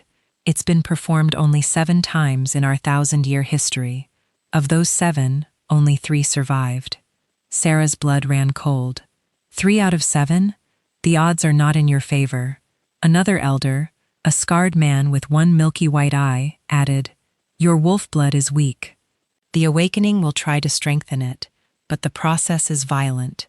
Your body will tear itself apart and rebuild. If your will isn't strong enough, if your spirit breaks during the transformation, you'll die, screaming. And if I survive, Sarah forced the words out, then you'll be something new, Theron said. Not quite human, not quite wolf. You'll have strength beyond normal humans, speed and senses that rival young pack members. You'll heal faster, live longer, but you'll also be marked. Other wolves will always know what you are, a half-blood who reached for more than she was born to. Some will respect that, Ravina added from where she stood in the shadows. Others will see it as an abomination. You'll have enemies in both the human and wolf worlds. I already have enemies, Sarah said flatly. At least this way I can fight them. Fighting isn't the same as winning. The white-haired elder's gaze was piercing. The power we offer won't make you invincible, girl. It won't guarantee your revenge. It'll just give you a chance if you're smart enough to use it wisely. I'll take a chance over certain defeat, Sarah replied. The elders exchanged glances. Some looked approving, others skeptical. Finally, The white-haired elder nodded. Then, let us tell you of the last person who survived the Blood Awakening. Perhaps her story will guide yours. The tale they told was both inspiring and terrifying. A woman named Astrid, born to human parents, but descended from wolves 5 generations back. She'd sought the ritual for similar reasons: revenge against those who destroyed her family. She'd survived the transformation, gained the power she sought, and then she'd lost herself to rage. The awakening amplifies what's already inside you, the scarred elder explained. Astrid's anger became fury. Her desire for justice became bloodlust. She slaughtered those who'd wronged her. Yes, but she didn't stop there. She killed innocents, children, anyone connected to her enemies, no matter how distantly. We had to hunt her down, Theron said quietly. Put her down like a rabid wolf. It was necessary, but it haunts me still. Sarah's mouth went dry. You think I'll become like her? We think you could become like her, the white-haired elder corrected. If you let vengeance consume you, if you forget why you sought power in the first place. Her ancient eyes softened slightly. But we also see something in you that Astrid lacked: restraint. You've had every reason to hate, to lash out, to hurt those weaker than you, yet you never have. You saved Kirion when you could have walked away. You protected your grandmother at the cost of your own safety. You chose mercy, even when the world showed you only cruelty. That's why we're allowing this, another elder added. Why we're risking another Astrid. Because Theron believes you're different. And what the believes, the pack follows. All eyes turned to the Alpha King. He sat perfectly still, his silver gaze locked on Sarah, with an intensity that made her feel transparent. I do believe you're different, Theron said.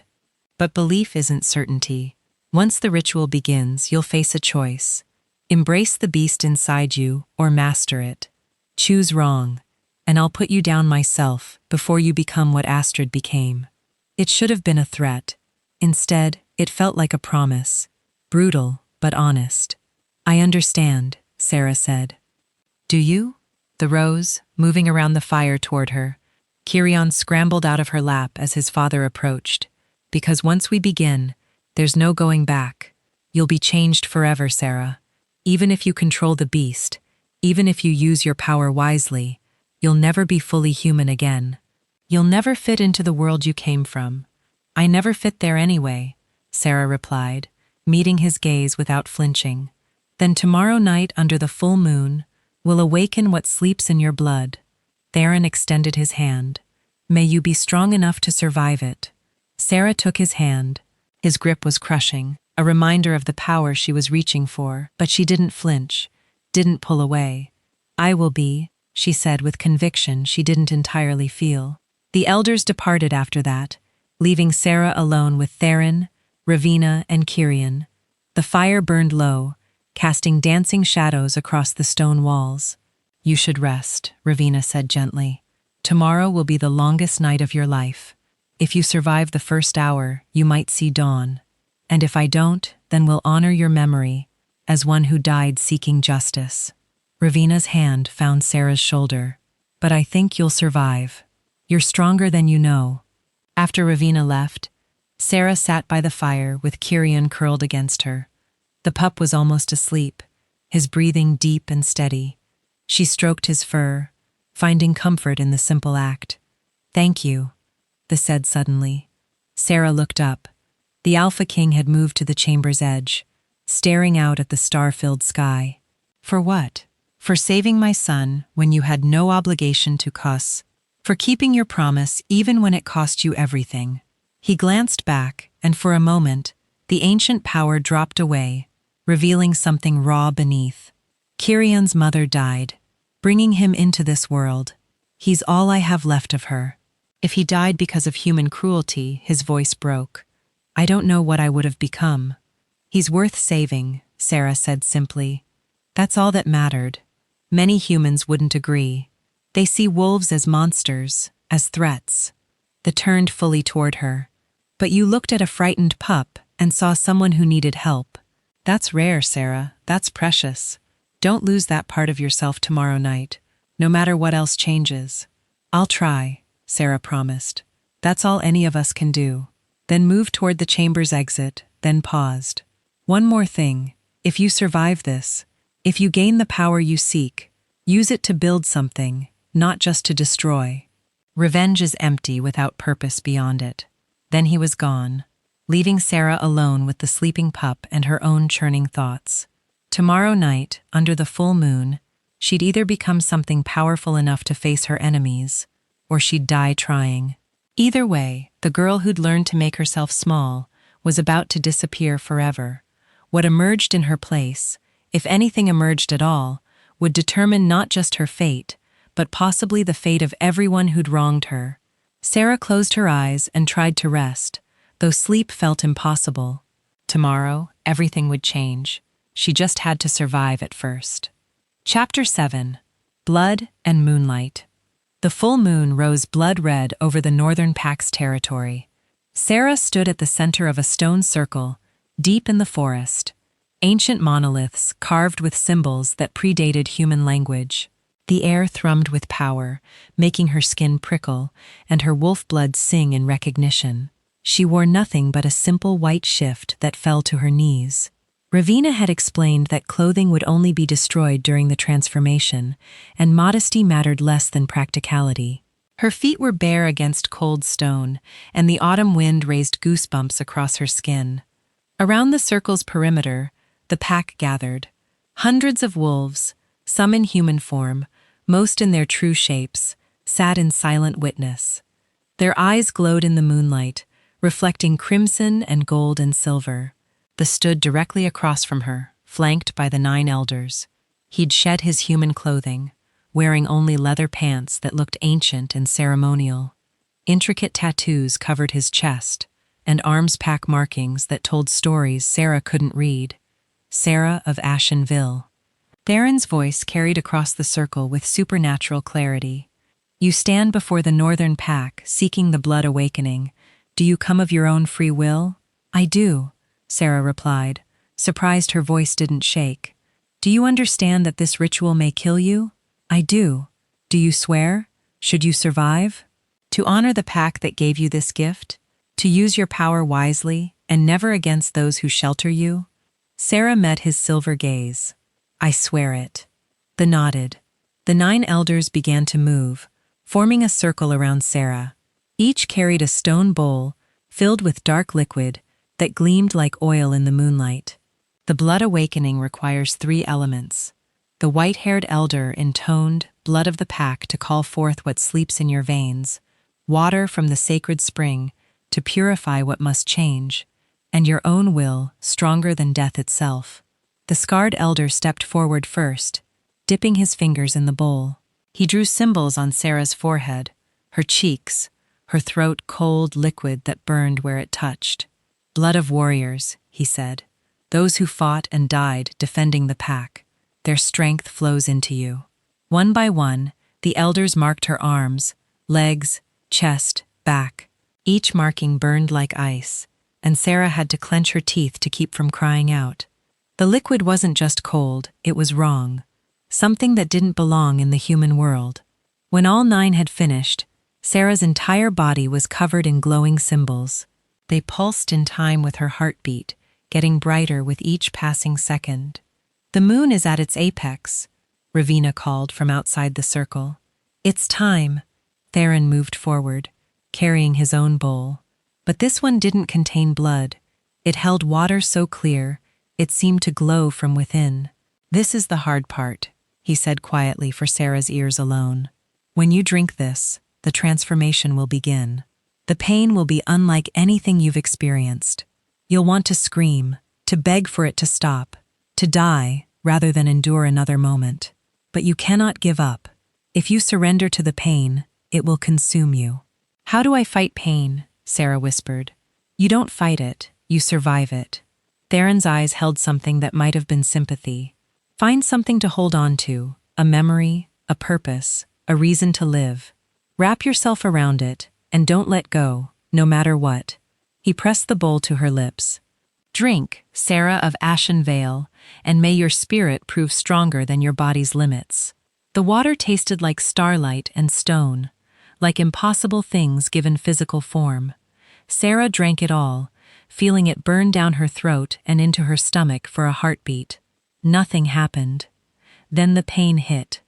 It started in her chest, a sensation like her ribs were breaking, splintering outward.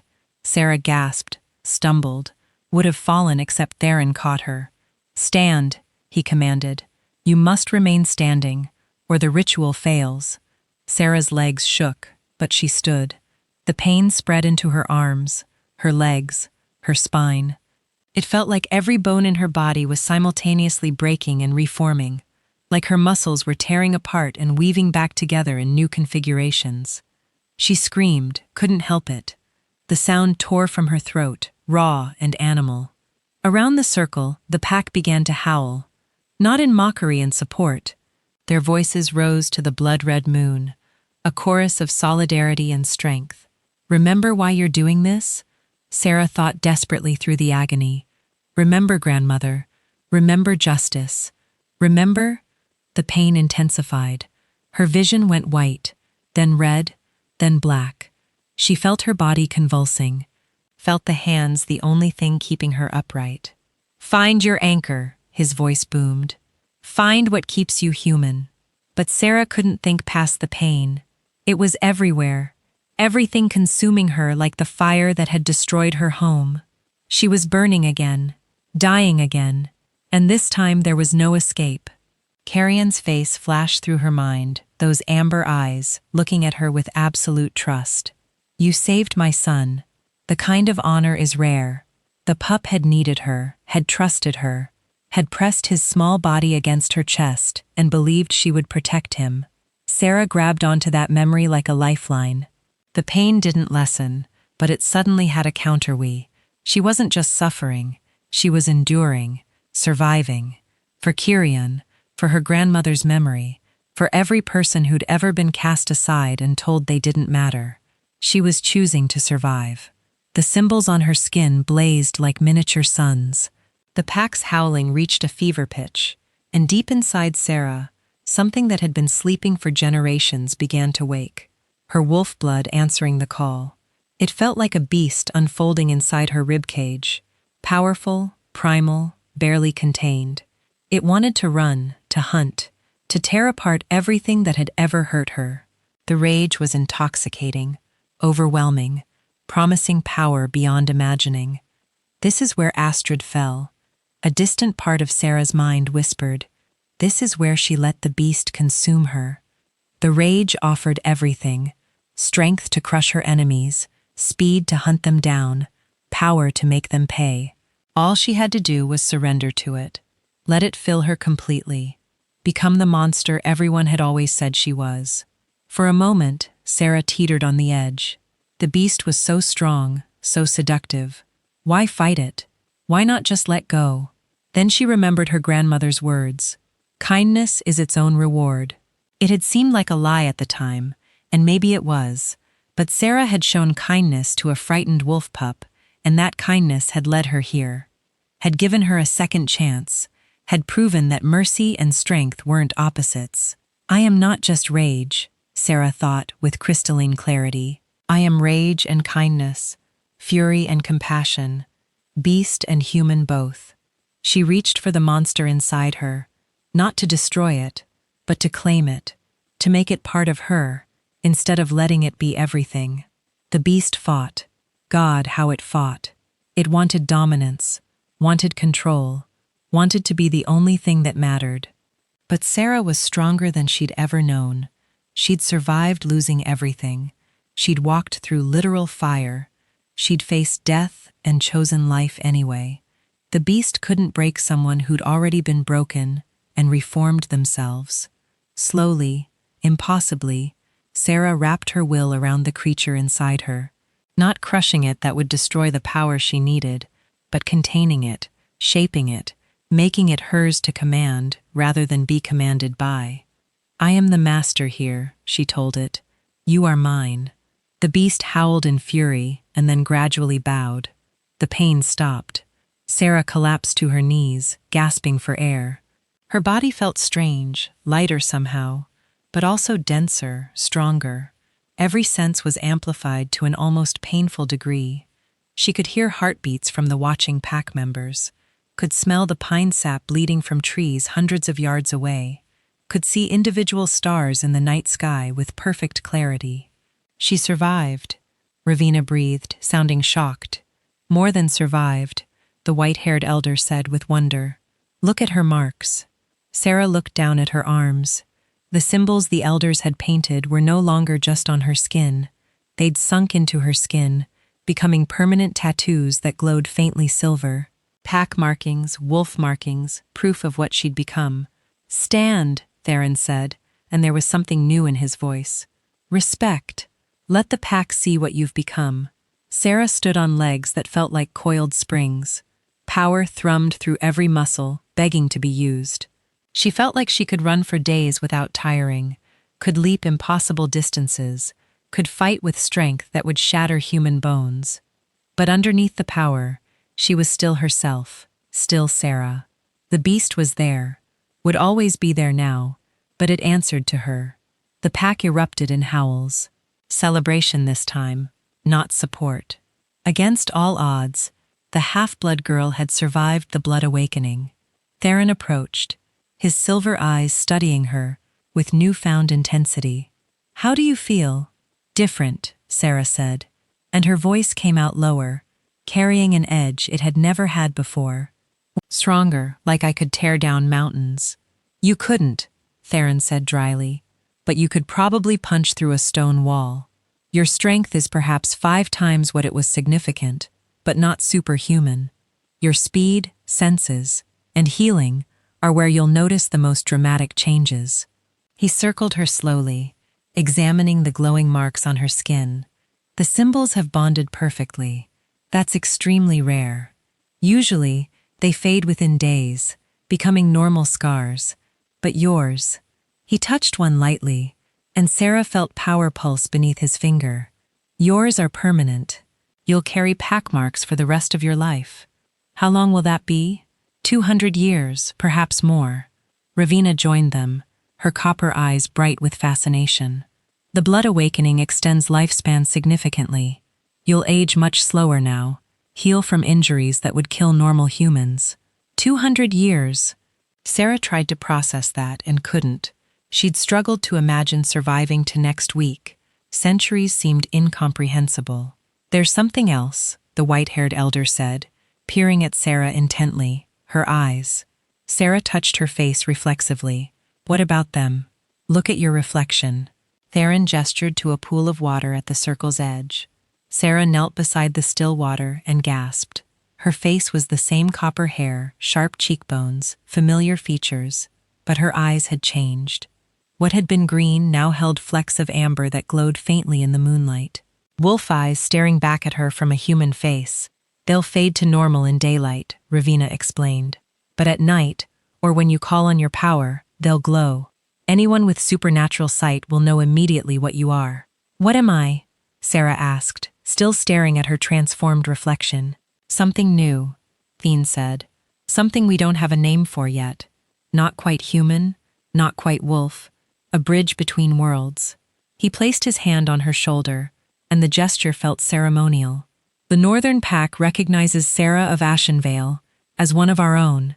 She carries our blood, our marks, our protection. Any who harm her answer to me. The assembled pack howled their agreement. The sound was deafening, primal, and it resonated in Sarah's bones like coming home. Now comes the hard part, the said when the noise subsided. You have the power you sought. The question is, what will you do with it? Sir stood facing the Alpha King and the assembled pack. Her body thrummed with newfound strength, her mind clearer than it had ever been. The rage was still there, would always be there, but it was a controlled burn now instead of a wildfire. I'm going back to Ashenvale, she said. I'm going to face Garrett and everyone who helped him, and I'm going to make them answer for what they've done. Revenge? The scarred elder asked. Justice? Sarah corrected. There's a difference. Is there? The gaze was piercing. because from where I stand, they look remarkably similar. Sarah met his eyes without flinching. Revenge is hurting people because they hurt you. Justice is making sure they can't hurt anyone else. I won't kill Garrett, tempting as that is, but I will make sure the village knows the truth, that his crimes aren't buried, that my grandmother's death means something. Silence stretched. Then slowly, the smiled a fierce, approving expression that transformed his stern face. Then you'll have the pack's support, he said. But Sarah, remember Astrid. Remember what happens when justice becomes bloodlust. If I see you crossing that line, our protection ends. Understood. Understood, Sarah replied. Good. Theron glanced at the moon, now descending toward the horizon. Dawn comes in a few hours.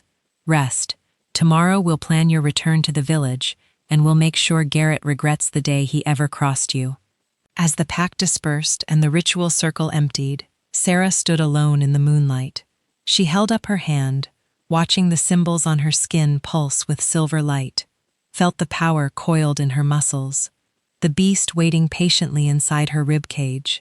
She'd survived against all odds, against a ritual that killed more than it saved. She'd survived and claimed the power she needed. Now came the hard part. Using it wisely, Garrett had destroyed her life, thinking her weak and helpless. Tomorrow he'd learn that the half-blood girl he'd tormented had become something far more dangerous than he could imagine. Tomorrow, the wolf would return to Ashenvale, and there would be a reckoning. Chapter 8. The Reckoning Begins. Sarah stood at the edge of Ashenale 3 days later, watching smoke rise from chimneys in the early morning light. The village looked exactly as she'd left it. Timber buildings clustered around the central square, the council hall dominating the skyline, fields stretching beyond in orderly rows. Peaceful, innocent, as if nothing terrible had ever happened here, as if her grandmother hadn't burned to death while the village watched. "You're certain about this?" Ravina asked from beside her. The wolf woman had insisted on accompanying Sarah, along with 2 other pack members, silent warriors who'd shifted to human form for the journey, but radiated predatory power. "I'm certain," Sarah replied. Her voice was steady, but her heart hammered against her ribs. Not from fear, from anticipation. She'd spent the last 3 days learning to control her new abilities. The strength was easy. She just had to remember not to break things accidentally. The speed took more practice, learning to move without overshooting her target or crashing into walls. But the hardest part was controlling the beast inside her. It wanted blood, specifically Garrett's blood. "Not yet," she told it. "Justice first. Then if he forces our hand, we'll show him what a real monster looks like." The beast settled, content with that promise. "Remember the plan," Ravina said. "We go in peacefully. You present your case before the council, give them a chance to make this right, and when they refuse, then we show them why refusing was a mistake." Ravina's smile was sharp. "But we do it the way. No unnecessary killing, no harming innocents. We're here to prove the pack is better than human cruelty, not worse." Sarah nodded. The plan was sound, even if part of her wanted to skip straight to the confrontation. But Theron had been clear. She represented the northern pack now. Her actions reflected on all of them. Build something, not just destroy. He told her. Make them want to be better, not just fear what happens if they're not. They entered Ashenale as the sun crested the eastern hills. People were just beginning their daily routines, opening shops, heading to fields, gathering water from the central well. The first person to see them was old William the baker, and his face went white as fresh flour. "Sarah," he breathed. "But you're supposed to be dead," Sarah supplied. "Burned in the fire that destroyed my home. Sorry to disappoint you, Will." The baker stumbled backward, nearly dropping his bread basket. Others were noticing now, emerging from homes and shops, to stare at the impossible sight of the half-blood girl returned from certain death. And she looked different. Even without calling on her power, Sarah radiated something new: confidence, strength, an aura that made people instinctively step back and lower their eyes. "She's got wolves with her," Someone whispered, "Gods protect us. She's brought the pack." Fear rippled through the gathering crowd. Sarah could smell it sharp and acrid, making her wolf blood sing with satisfaction. These people had tormented her for years, had stood by while Garrett destroyed her life.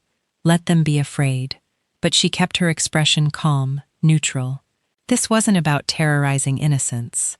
"I'm here to speak with the council," Sarah announced, her voice carrying clearly across the square, "to present evidence about the fire that killed my grandmother, and nearly killed me. I'm not here for violence, unless someone gives me reason to be." The crowd parted as Elder Brennan emerged from the council hall, flanked by 2 guards. The old man's face was carefully neutral, but Sarah could see the calculation in his eyes. "Sarah of Ashenvale," he said formally, "we heard reports you'd perished in the forest fire. We're pleased to see those reports were mistaken." "Pleased?" Sarah's laugh was bitter. "That's an interesting word choice, Elder. Tell me, did the council investigate who started that fire?" Brennan's jaw tightened. Forest fires are tragic but natural occurrences. There was nothing natural about that fire. Sarah moved forward, and the crowd scattered before her like leaves. It was set deliberately in 3 locations simultaneously, designed to trap anyone at my cottage against the cliffs. That takes planning. That takes intent. That takes murder. Murmurs spread through the crowd. Brennan raised his hands for silence. "These are serious accusations. Do you have proof?" "I have testimony." Sarah gestured to Ravenna. The northern pack witnessed the fire's aftermath. They can confirm its unnatural pattern. The word of wolves. Brennan's tone dripped with disdain. "Forgive me if the council finds that insufficient.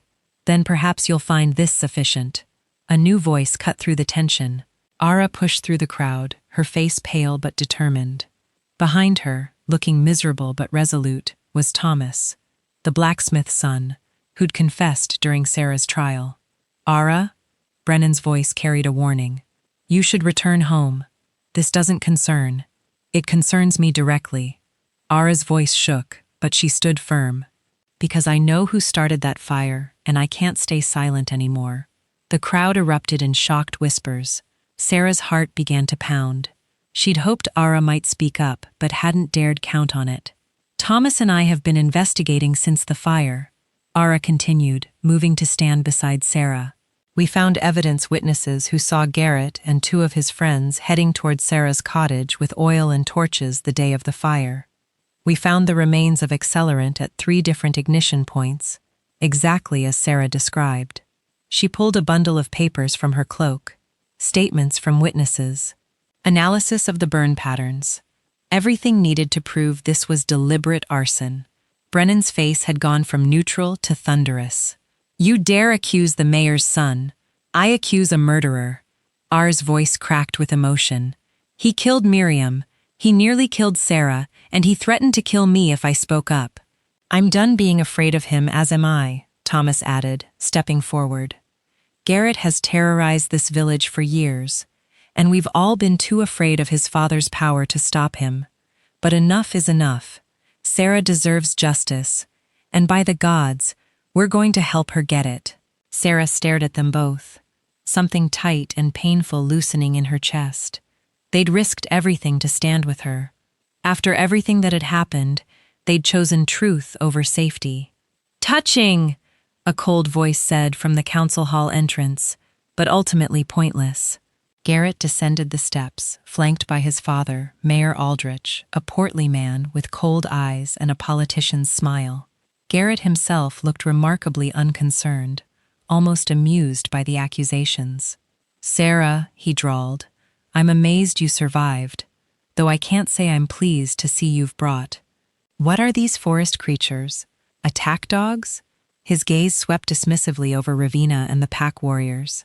"How desperate you must be to seek help from animals." The beast inside Sarah roared, demanding she tear out his throat, her hands clenched into fists, and she felt her fingernails sharpen into claws. "Not yet," she told herself. "Let him condemn himself first." "I brought witnesses," Sarah said evenly, "and I brought protection. Since the last time I trusted Ashenville's justice, I nearly died for it. Yes, about that. Mayor Aldrich stepped forward, his expression oozing false sympathy. The fire was indeed tragic, but as Elder Brennan said, forest fires are natural occurrences. I'm afraid without concrete proof that my son was involved. We have proof. Allah thrust the papers forward. Witness statements, physical evidence from unreliable sources. Aldrich waved dismissively. Common folk with grudges. Opportunists seeking to profit from tragedy. The council cannot act on such flimsy.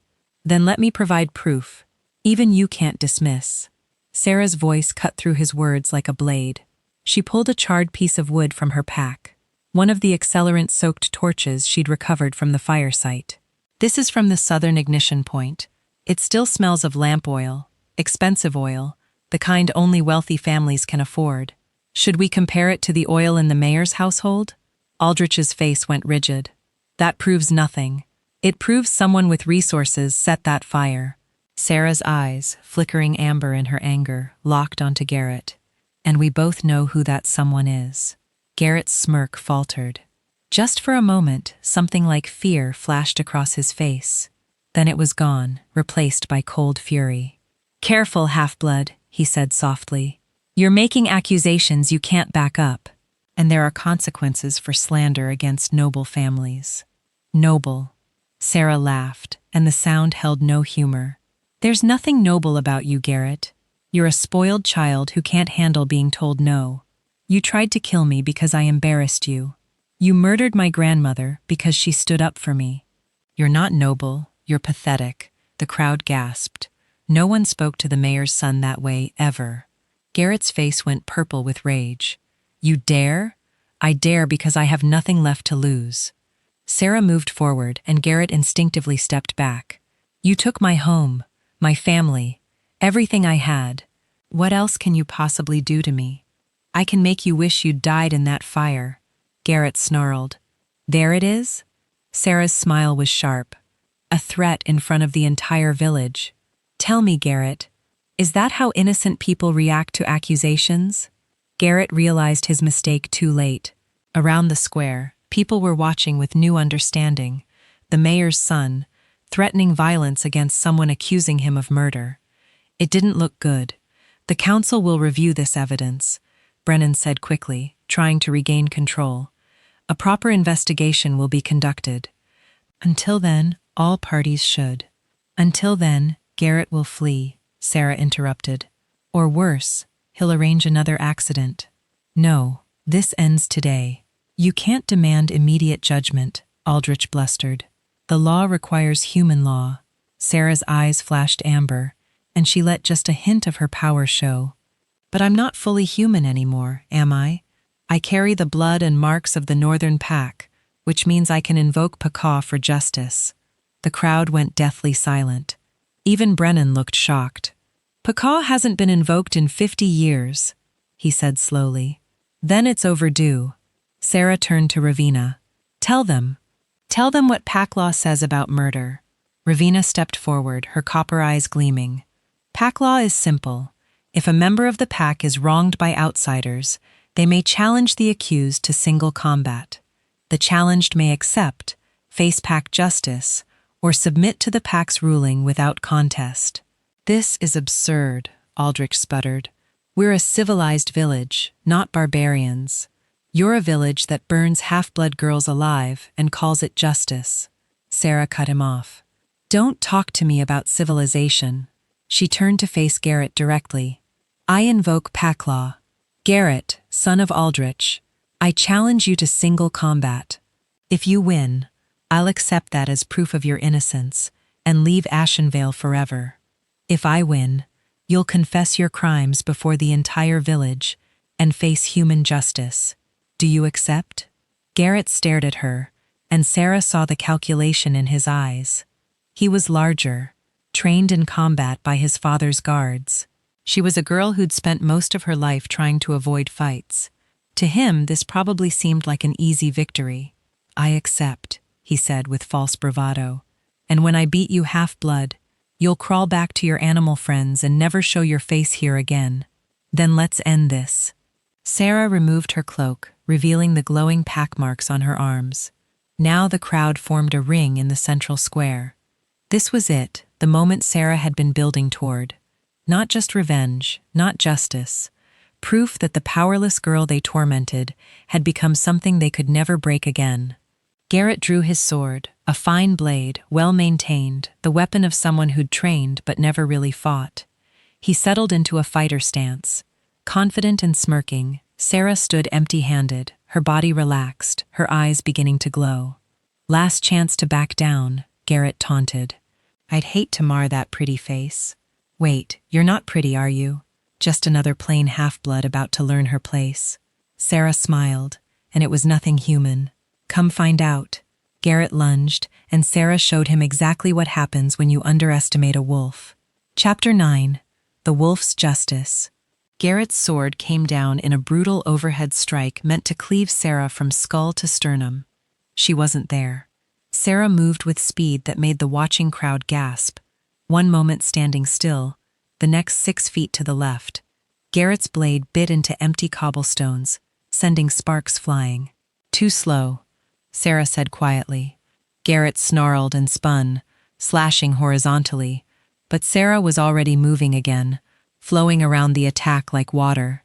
She didn't even look like she was trying, just walking casually, while Garrett exhausted himself, chasing her shadow. "Stand still and fight," Garrett roared, frustration cracking his composure. "Why?" Sarah tilted her head, her amber eyes gleaming. "You wanted to prove your innocence through combat. So far, all you're proving is that you can't land a single hit," the crowd murmured. Some faces showed shock, others satisfaction. They were watching the golden boy, the mayor's son, who'd never faced consequences being toyed with by a girl he'd tried to murder. Garrett's face went crimson. He charged like a bull, sword raised, all technique abandoned in favor of brute force. "Now the beast inside," Sarah whispered. "Show them." Sarah stopped dodging. She met Garrett's charge head-on, catching his descending blade with her bare hands. The crowd screamed. Metal should have sliced through flesh and bone. Instead, Sarah's palms glowed with silver light, and the sword stopped dead, caught between hands that had become harder than steel. Garrett's eyes went wide with terror. "What?" Sarah twisted. The sword shattered like glass, fragments scattering across the cobblestones. Then she moved so fast, Garrett didn't even have time to flinch, and slammed her palm into his chest. The mayor's son flew backward 15 feet and crashed into the well's stone wall, hard enough to crack it. He slumped to the ground, gasping for air, blood trickling from his nose. "Get up," Sarah said, her voice carrying across the silent square. "You're not done yet." Garrett struggled to his feet, terror finally replacing arrogance. You're a monster." "No." Sarah moved forward slowly, deliberately, giving him time to see her coming. "I'm exactly what you made me.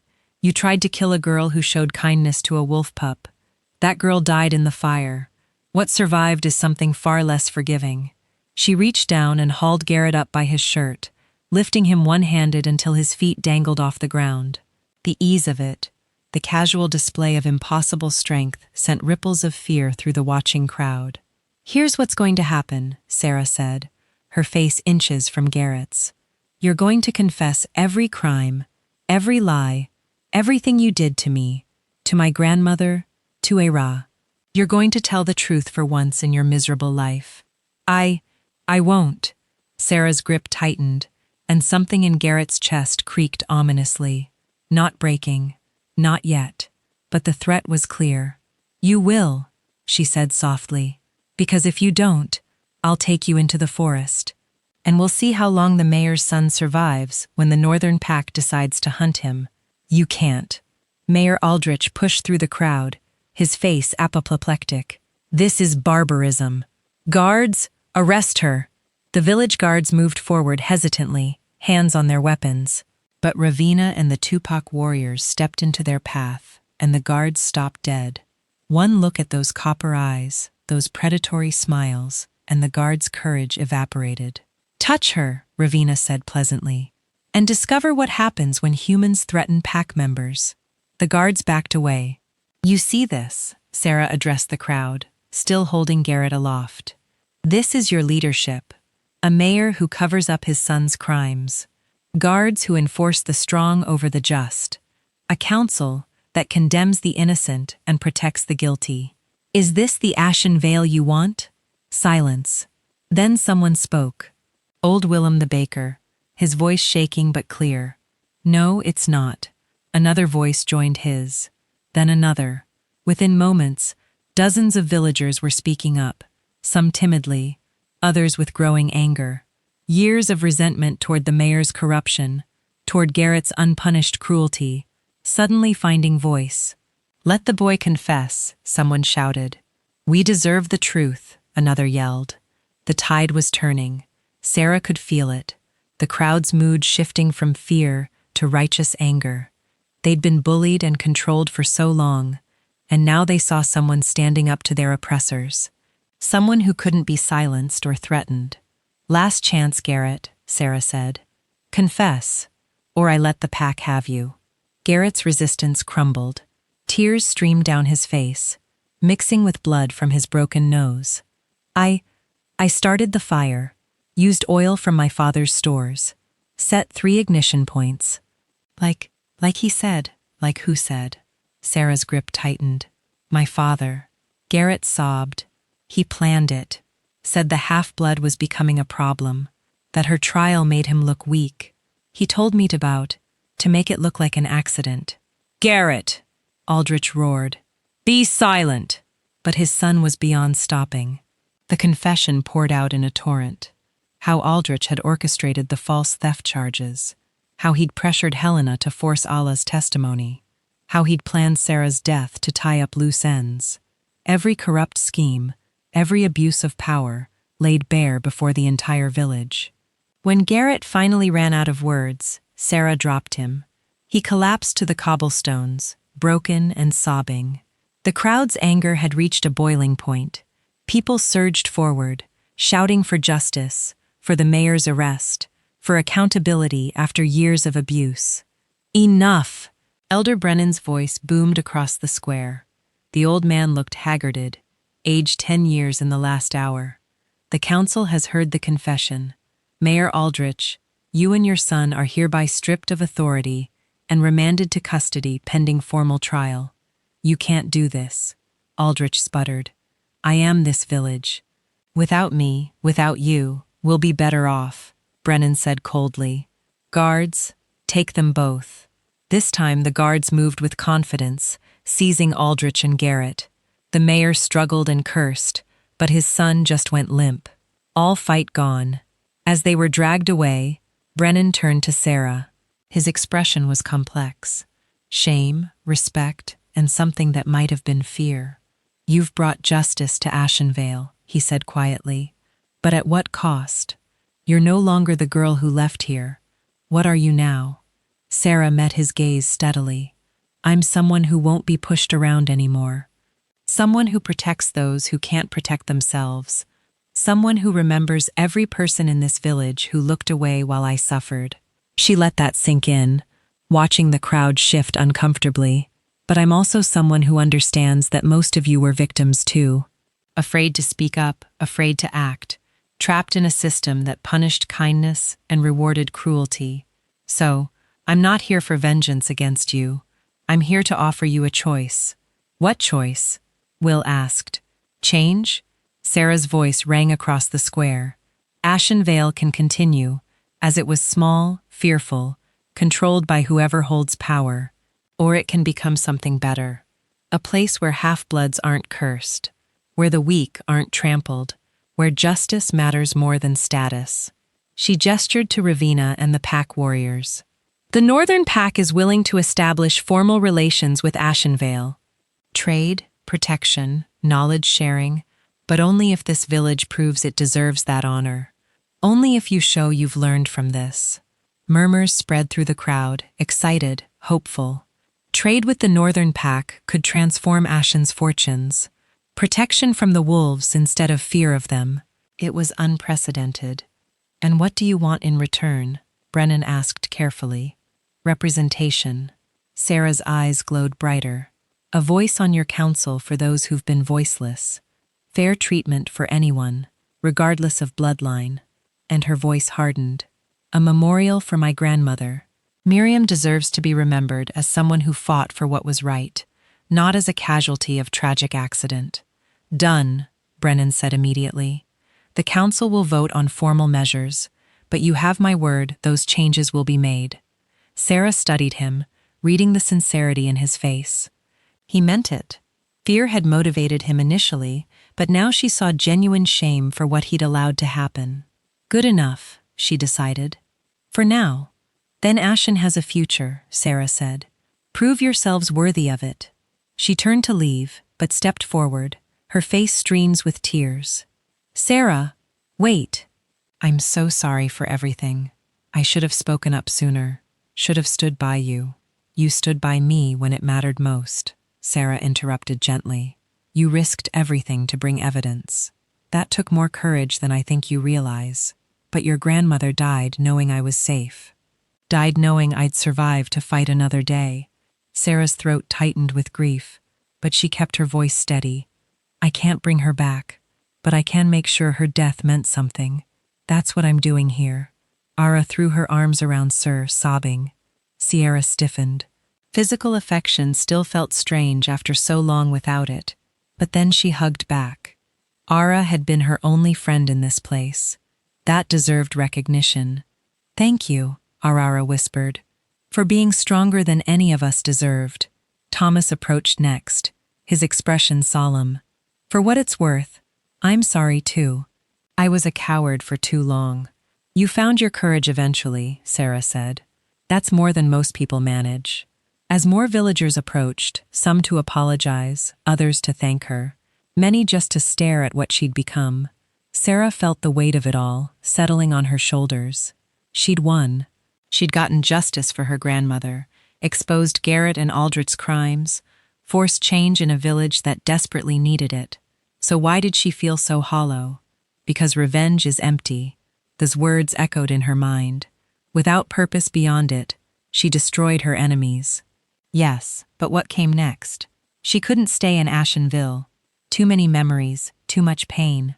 But she couldn't return to the Northern Pack either, not permanently. She was caught between worlds, belonging fully to neither. As if sensing her thoughts, Ravina appeared at her side. How do you feel? Lost? Sarah admitted quietly. I got what I came for, but now I don't know what I'm supposed to do. Oh, then perhaps it's time to stop doing what you're supposed to do, Ravina said with a slight smile, and start doing what you want to do. What if I don't know what I want? Then you figure it out. Ravina's hand found Sarah's shoulder. You're young, powerful, and free from the obligations that bound you. That's terrifying, yes, but it's also an opportunity. Not many people get the chance to decide who they want to become. Sarah looked across the square at the village that had tormented her, now looking at her with new respect, and Thomas trying to make amends at Elder Brennan already organizing the council to implement changes. She'd broken the system that had broken her forced accountability, created space for something better to grow. That's worth something. She thought that matters. Come on, Ravina said. Let's go home. Theron will want to hear how his newest pack member handled her first real challenge. Home. The Northern Pack compound with its ancient stones and fierce loyalty and acceptance of what she'd become. It wasn't where she'd been born, but maybe, just maybe, it was where she belonged. Sarah took one last look at Ashenvale, committing it to memory. The village of her childhood, the place of her greatest pain, and now her greatest triumph. Then she turned away and walked toward the forest, toward the pack, toward whatever future waited for her. Behind her, the village began the long process of rebuilding itself into something better. And ahead of her, somewhere in the ancient woods, a wolf pup waited to greet the woman who'd saved his life, and in doing so, saved her own. The half-blood girl was gone. The wolf-marked warrior walked on. Chapter 10, The Wolf's Promise. 6 months later, the world looked different. Sarah stood at the summit stone, watching the sun rise over the Northern Pack's territory. The view never got old. Endless forest stretching to distant mountains, morning mist clinging to valleys, the pristine beauty of a land untouched by human corruption. She'd changed in those 6 months. Not just physically, though her body had grown stronger, more defined from constant training, but internally, the rage that had driven her through the blood awakening had settled into something more sustainable. A quiet determination to be better than those who'd wronged her. Footsteps approached from behind. Sarah didn't turn. She'd learned to identify pack members by their gait, their scent, the unique rhythm of their presence. "Kirian," she said with a smile. "You're up early." The wolf that emerged from the treine was no longer a pup. In 6 months, Kirian had grown into a magnificent creature, nearly as large as his father. With silver-white fur that gleamed in the dawn light, his amber eyes held the same intelligence they'd always had. But now tempered with maturity, he padded to Sarah's side and pressed his massive head against her hip. She scratched behind his ears, marveling, as she always did, at the trust he showed her. "Father wants to see you," Kirian's voice whispered directly into her mind. The pack's mental communication had taken Sarah months to master, but now it felt as natural as speaking. Did he say why? He said, "It's time." Time. Sarah knew what that meant. For 6 months, she'd been training, learning, growing into her new abilities. But she'd also been avoiding a decision what came next. She couldn't stay with the pack forever, living in comfortable limbo. Eventually, she'd have to choose a path forward. "All right," Sarah said, giving Kirian one last scratch. "Let's not keep the Alpha King waiting." They walked through the compound together, the wolf and the half-blood woman who'd saved his life. Pack members, they passed, nodded respectfully. Sarah had earned her place here through action, not bloodline. They respected that. Theron's den had become familiar territory. Sarah entered without hesitation, finding the Alpha King standing before a massive map carved into the stone wall. It showed the northern pack territory, the surrounding human settlements, and marked in red areas of conflict. "Trouble?" Sarah asked. "Always," the turned, and his silver eyes studied her with that penetrating gaze she'd come to recognize. "But that's not why I called you here. Sit." Sarah sat on one of the cushioned benches. Kirian settled at her feet, still protective, even in his father's presence. "6 months ago, you came to us seeking vengeance," they began. "You've had your revenge. Garrett and his father are imprisoned. Ashen Vale has reformed its laws, and your grandmother's memorial stands in the village square. You've accomplished everything you set out to do." But Sarah heard the unspoken word, "But you're still here." Darren moved to sit across from her. "Don't misunderstand. You're welcome to stay as long as you wish. You've earned that right 100 times over, but I think we both know you're not staying because you want to. You're staying because you don't know where else to go." The observation hit uncomfortably close to home. Sarah had been avoiding that exact question for months. "I don't fit in the human world anymore," she admitted. "And I'm not fully pack. Where exactly am I supposed to go? That depends on what you want to do, not where you want to be." Theron leaned forward, his elbows on his knees. "Sarah, you're something unique, a bridge between two worlds. That's not a weakness, it's an opportunity. For what? For change. Real, lasting change." They gestured to the map. "There are dozens of villages like Ashen Vale scattered across these lands. Small, isolated, fearful of the supernatural. And there are supernatural communities, wolf packs, fa courts, ancient beings who view humans as beneath notice, or worse, as prey. The divide between these worlds grows wider every year." He met her eyes. "You could be the one who closes that gap. A mediator, a protector of both sides. Someone who understands human fragility and supernatural power." Sarah's heart began to pound. "You want me to be what?" "An ambassador. I want you to be whatever you choose to be." The smile was slight but genuine. "But yes, the Northern Pack would officially recognize you as our emissary to human territories. You'd have our backing, our protection, our resources. Your job would be simple. Find places where humans and supernatural beings are in conflict and broker peace. Protect the innocent. Punish the guilty. Create understanding where there's only fear. That's not simple, Sarah said. That's impossible. So was surviving the Blood Awakening. So was bringing justice to Ashen Vale alone. The gaze was steady. You've already done the impossible. Sarah, this is just doing it on a larger scale. Sarah stood, needing to move, to think. She walked to the map, tracing the red marks that indicated conflicts. So many. So much pain and fear on both sides. What if I fail? She asked quietly. What if I make things worse? Then you'll learn from it and try again. They joined her at the map. Sarah, I'm not asking you to solve every problem or save every victim. I'm asking you to try to be present in spaces where understanding is needed, to show both humans and supernatural beings that coexistence is possible, because I'm living proof of it, Sarah realized. Exactly. Theron's hand settled on her shoulder. You carry wolf blood and human heritage. You've suffered under human cruelty but didn't become a monster in response. You have power but choose restraint. You're everything I wish more people human and supernatural could be. The weight of it was enormous, but underneath the fear, Sarah felt something else stirring. Purpose. Real meaningful purpose, beyond revenge or survival. This is what grandmother meant, she thought suddenly, about kindness being its own reward. Not that kindness prevents pain, but that choosing it anyway creates something worth building on.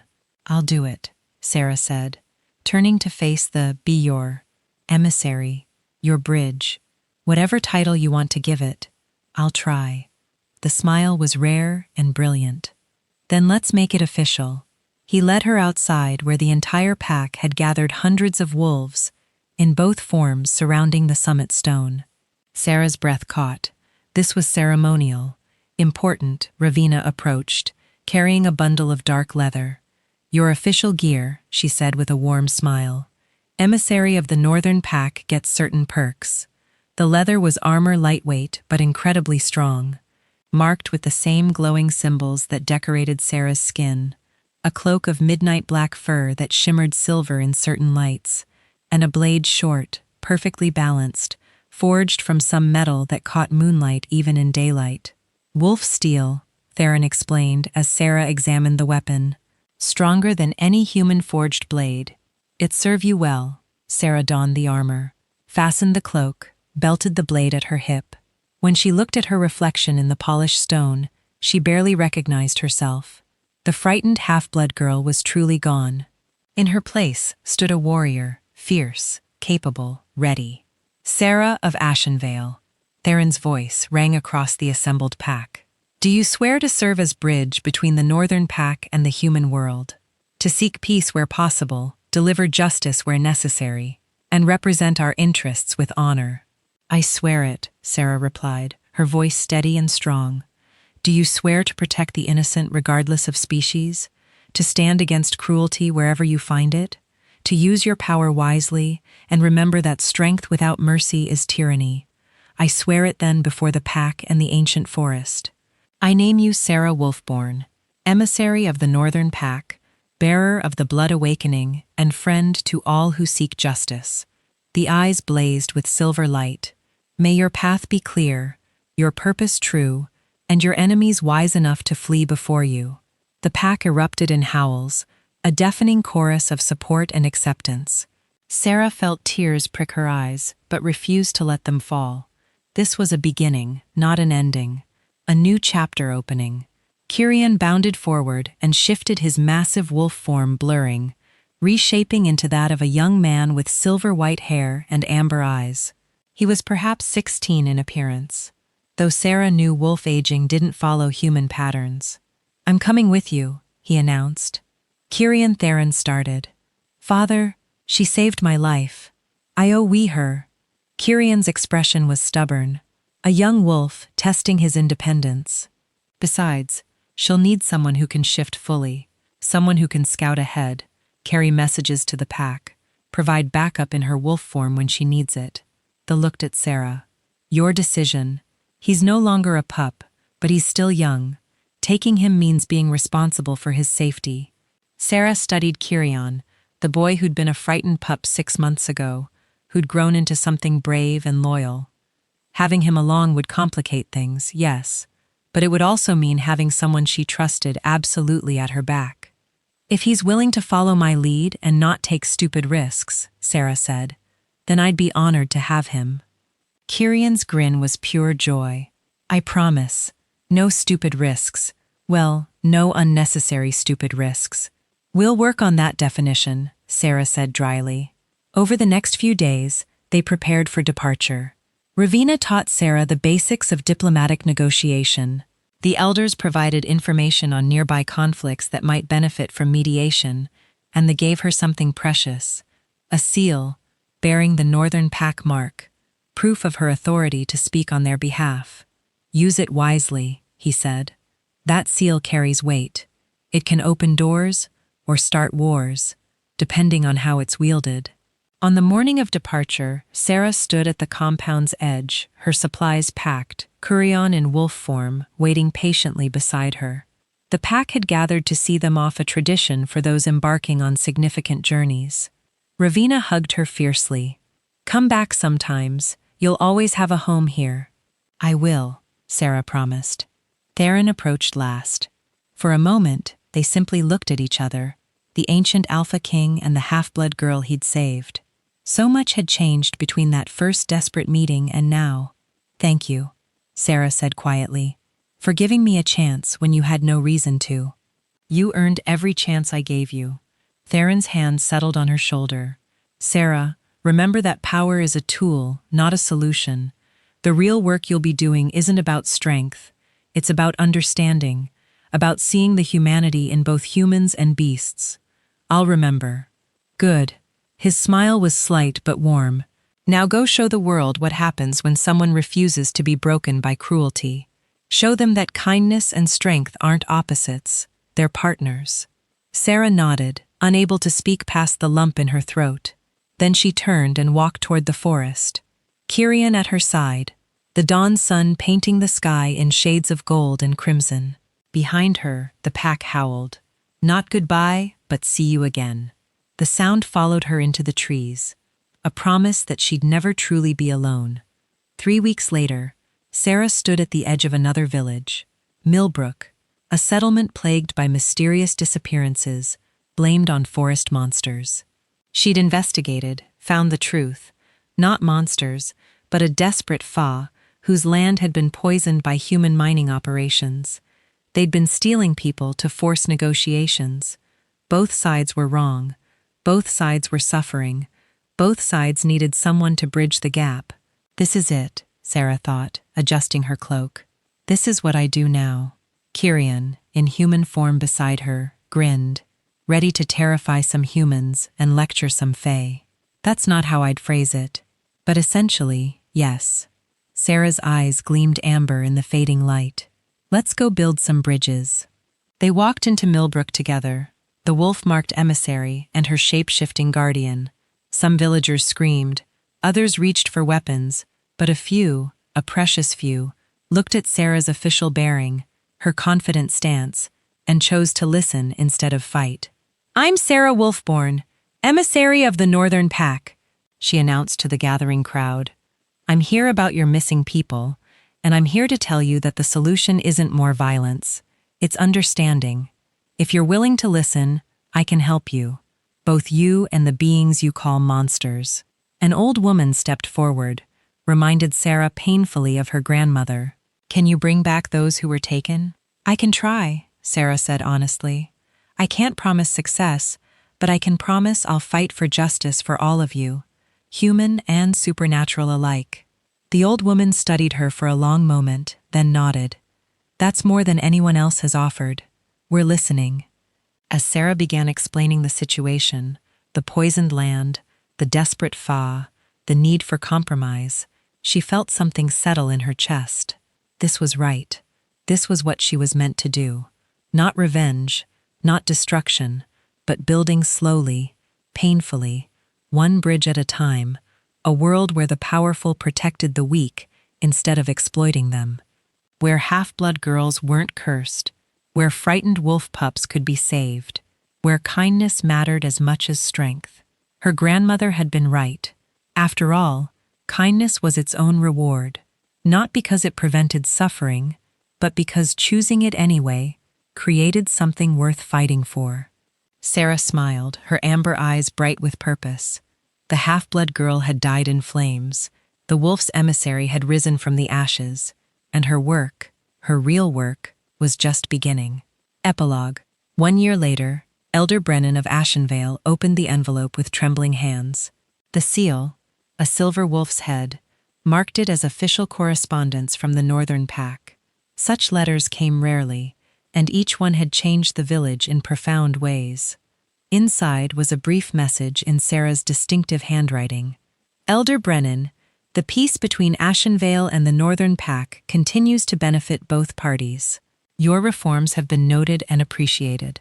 The memorial to my grandmother stands as a reminder that even small villages can choose justice over convenience. I write to inform you that I've successfully mediated disputes in 7 villages across the Northern Territories. 3 FA courts have agreed to formal non-aggression pacts with human settlements. 2 rogue wolf packs have been brought back into proper pack structure, and 1 particularly nasty necromancer has been discouraged from further activities. The work is hard. Some days I wonder if I'm making any difference at all. But then I think of grandmother and the kindness she showed even when the world showed her only cruelty. I think of a frightened wolf pup I couldn't abandon, and I remember that every small choice to help instead of hurt matters. I don't know if I'll ever return to Ashenvale. Too many painful memories live there. But I want you to know that I forgive the village for what it took from me, not because you deserve forgiveness, but because carrying that hatred would make me into the monster you once feared I was. Use your second chance wisely. Ashenvale, not everyone gets one. With respect, Sarah Wolfborn, emissary of the Northern Pack. Brennan sat down the letter with shaking hands. Around him, the council hall bore evidence of the changes Sarah had forced upon them. New laws protecting the vulnerable, seats reserved for previously excluded voices, a justice system that actually sought truth instead of convenience. Outside her grandmother's memorial stood in the village square, a simple stone bearing Miriam's name and the words, "She taught that kindness matters even when the world forgets. Let us remember children played around it now, laughing and free." Some of them were half-bloods or children of mixed heritage, or simply different in ways that once would have made them targets. They played without fear because one girl had refused to stay broken. Brennan smiled through his tears. Some debts could never be repaid, but they could be honored. Ashenvale would honor Sarah's sacrifice by becoming the village it should have been all along, one where the grandmother's lesson lived on, where kindness wasn't just a platitude but a practice, where every child learned that strength meant protecting the weak, not exploiting them, where being different wasn't a curse. It was just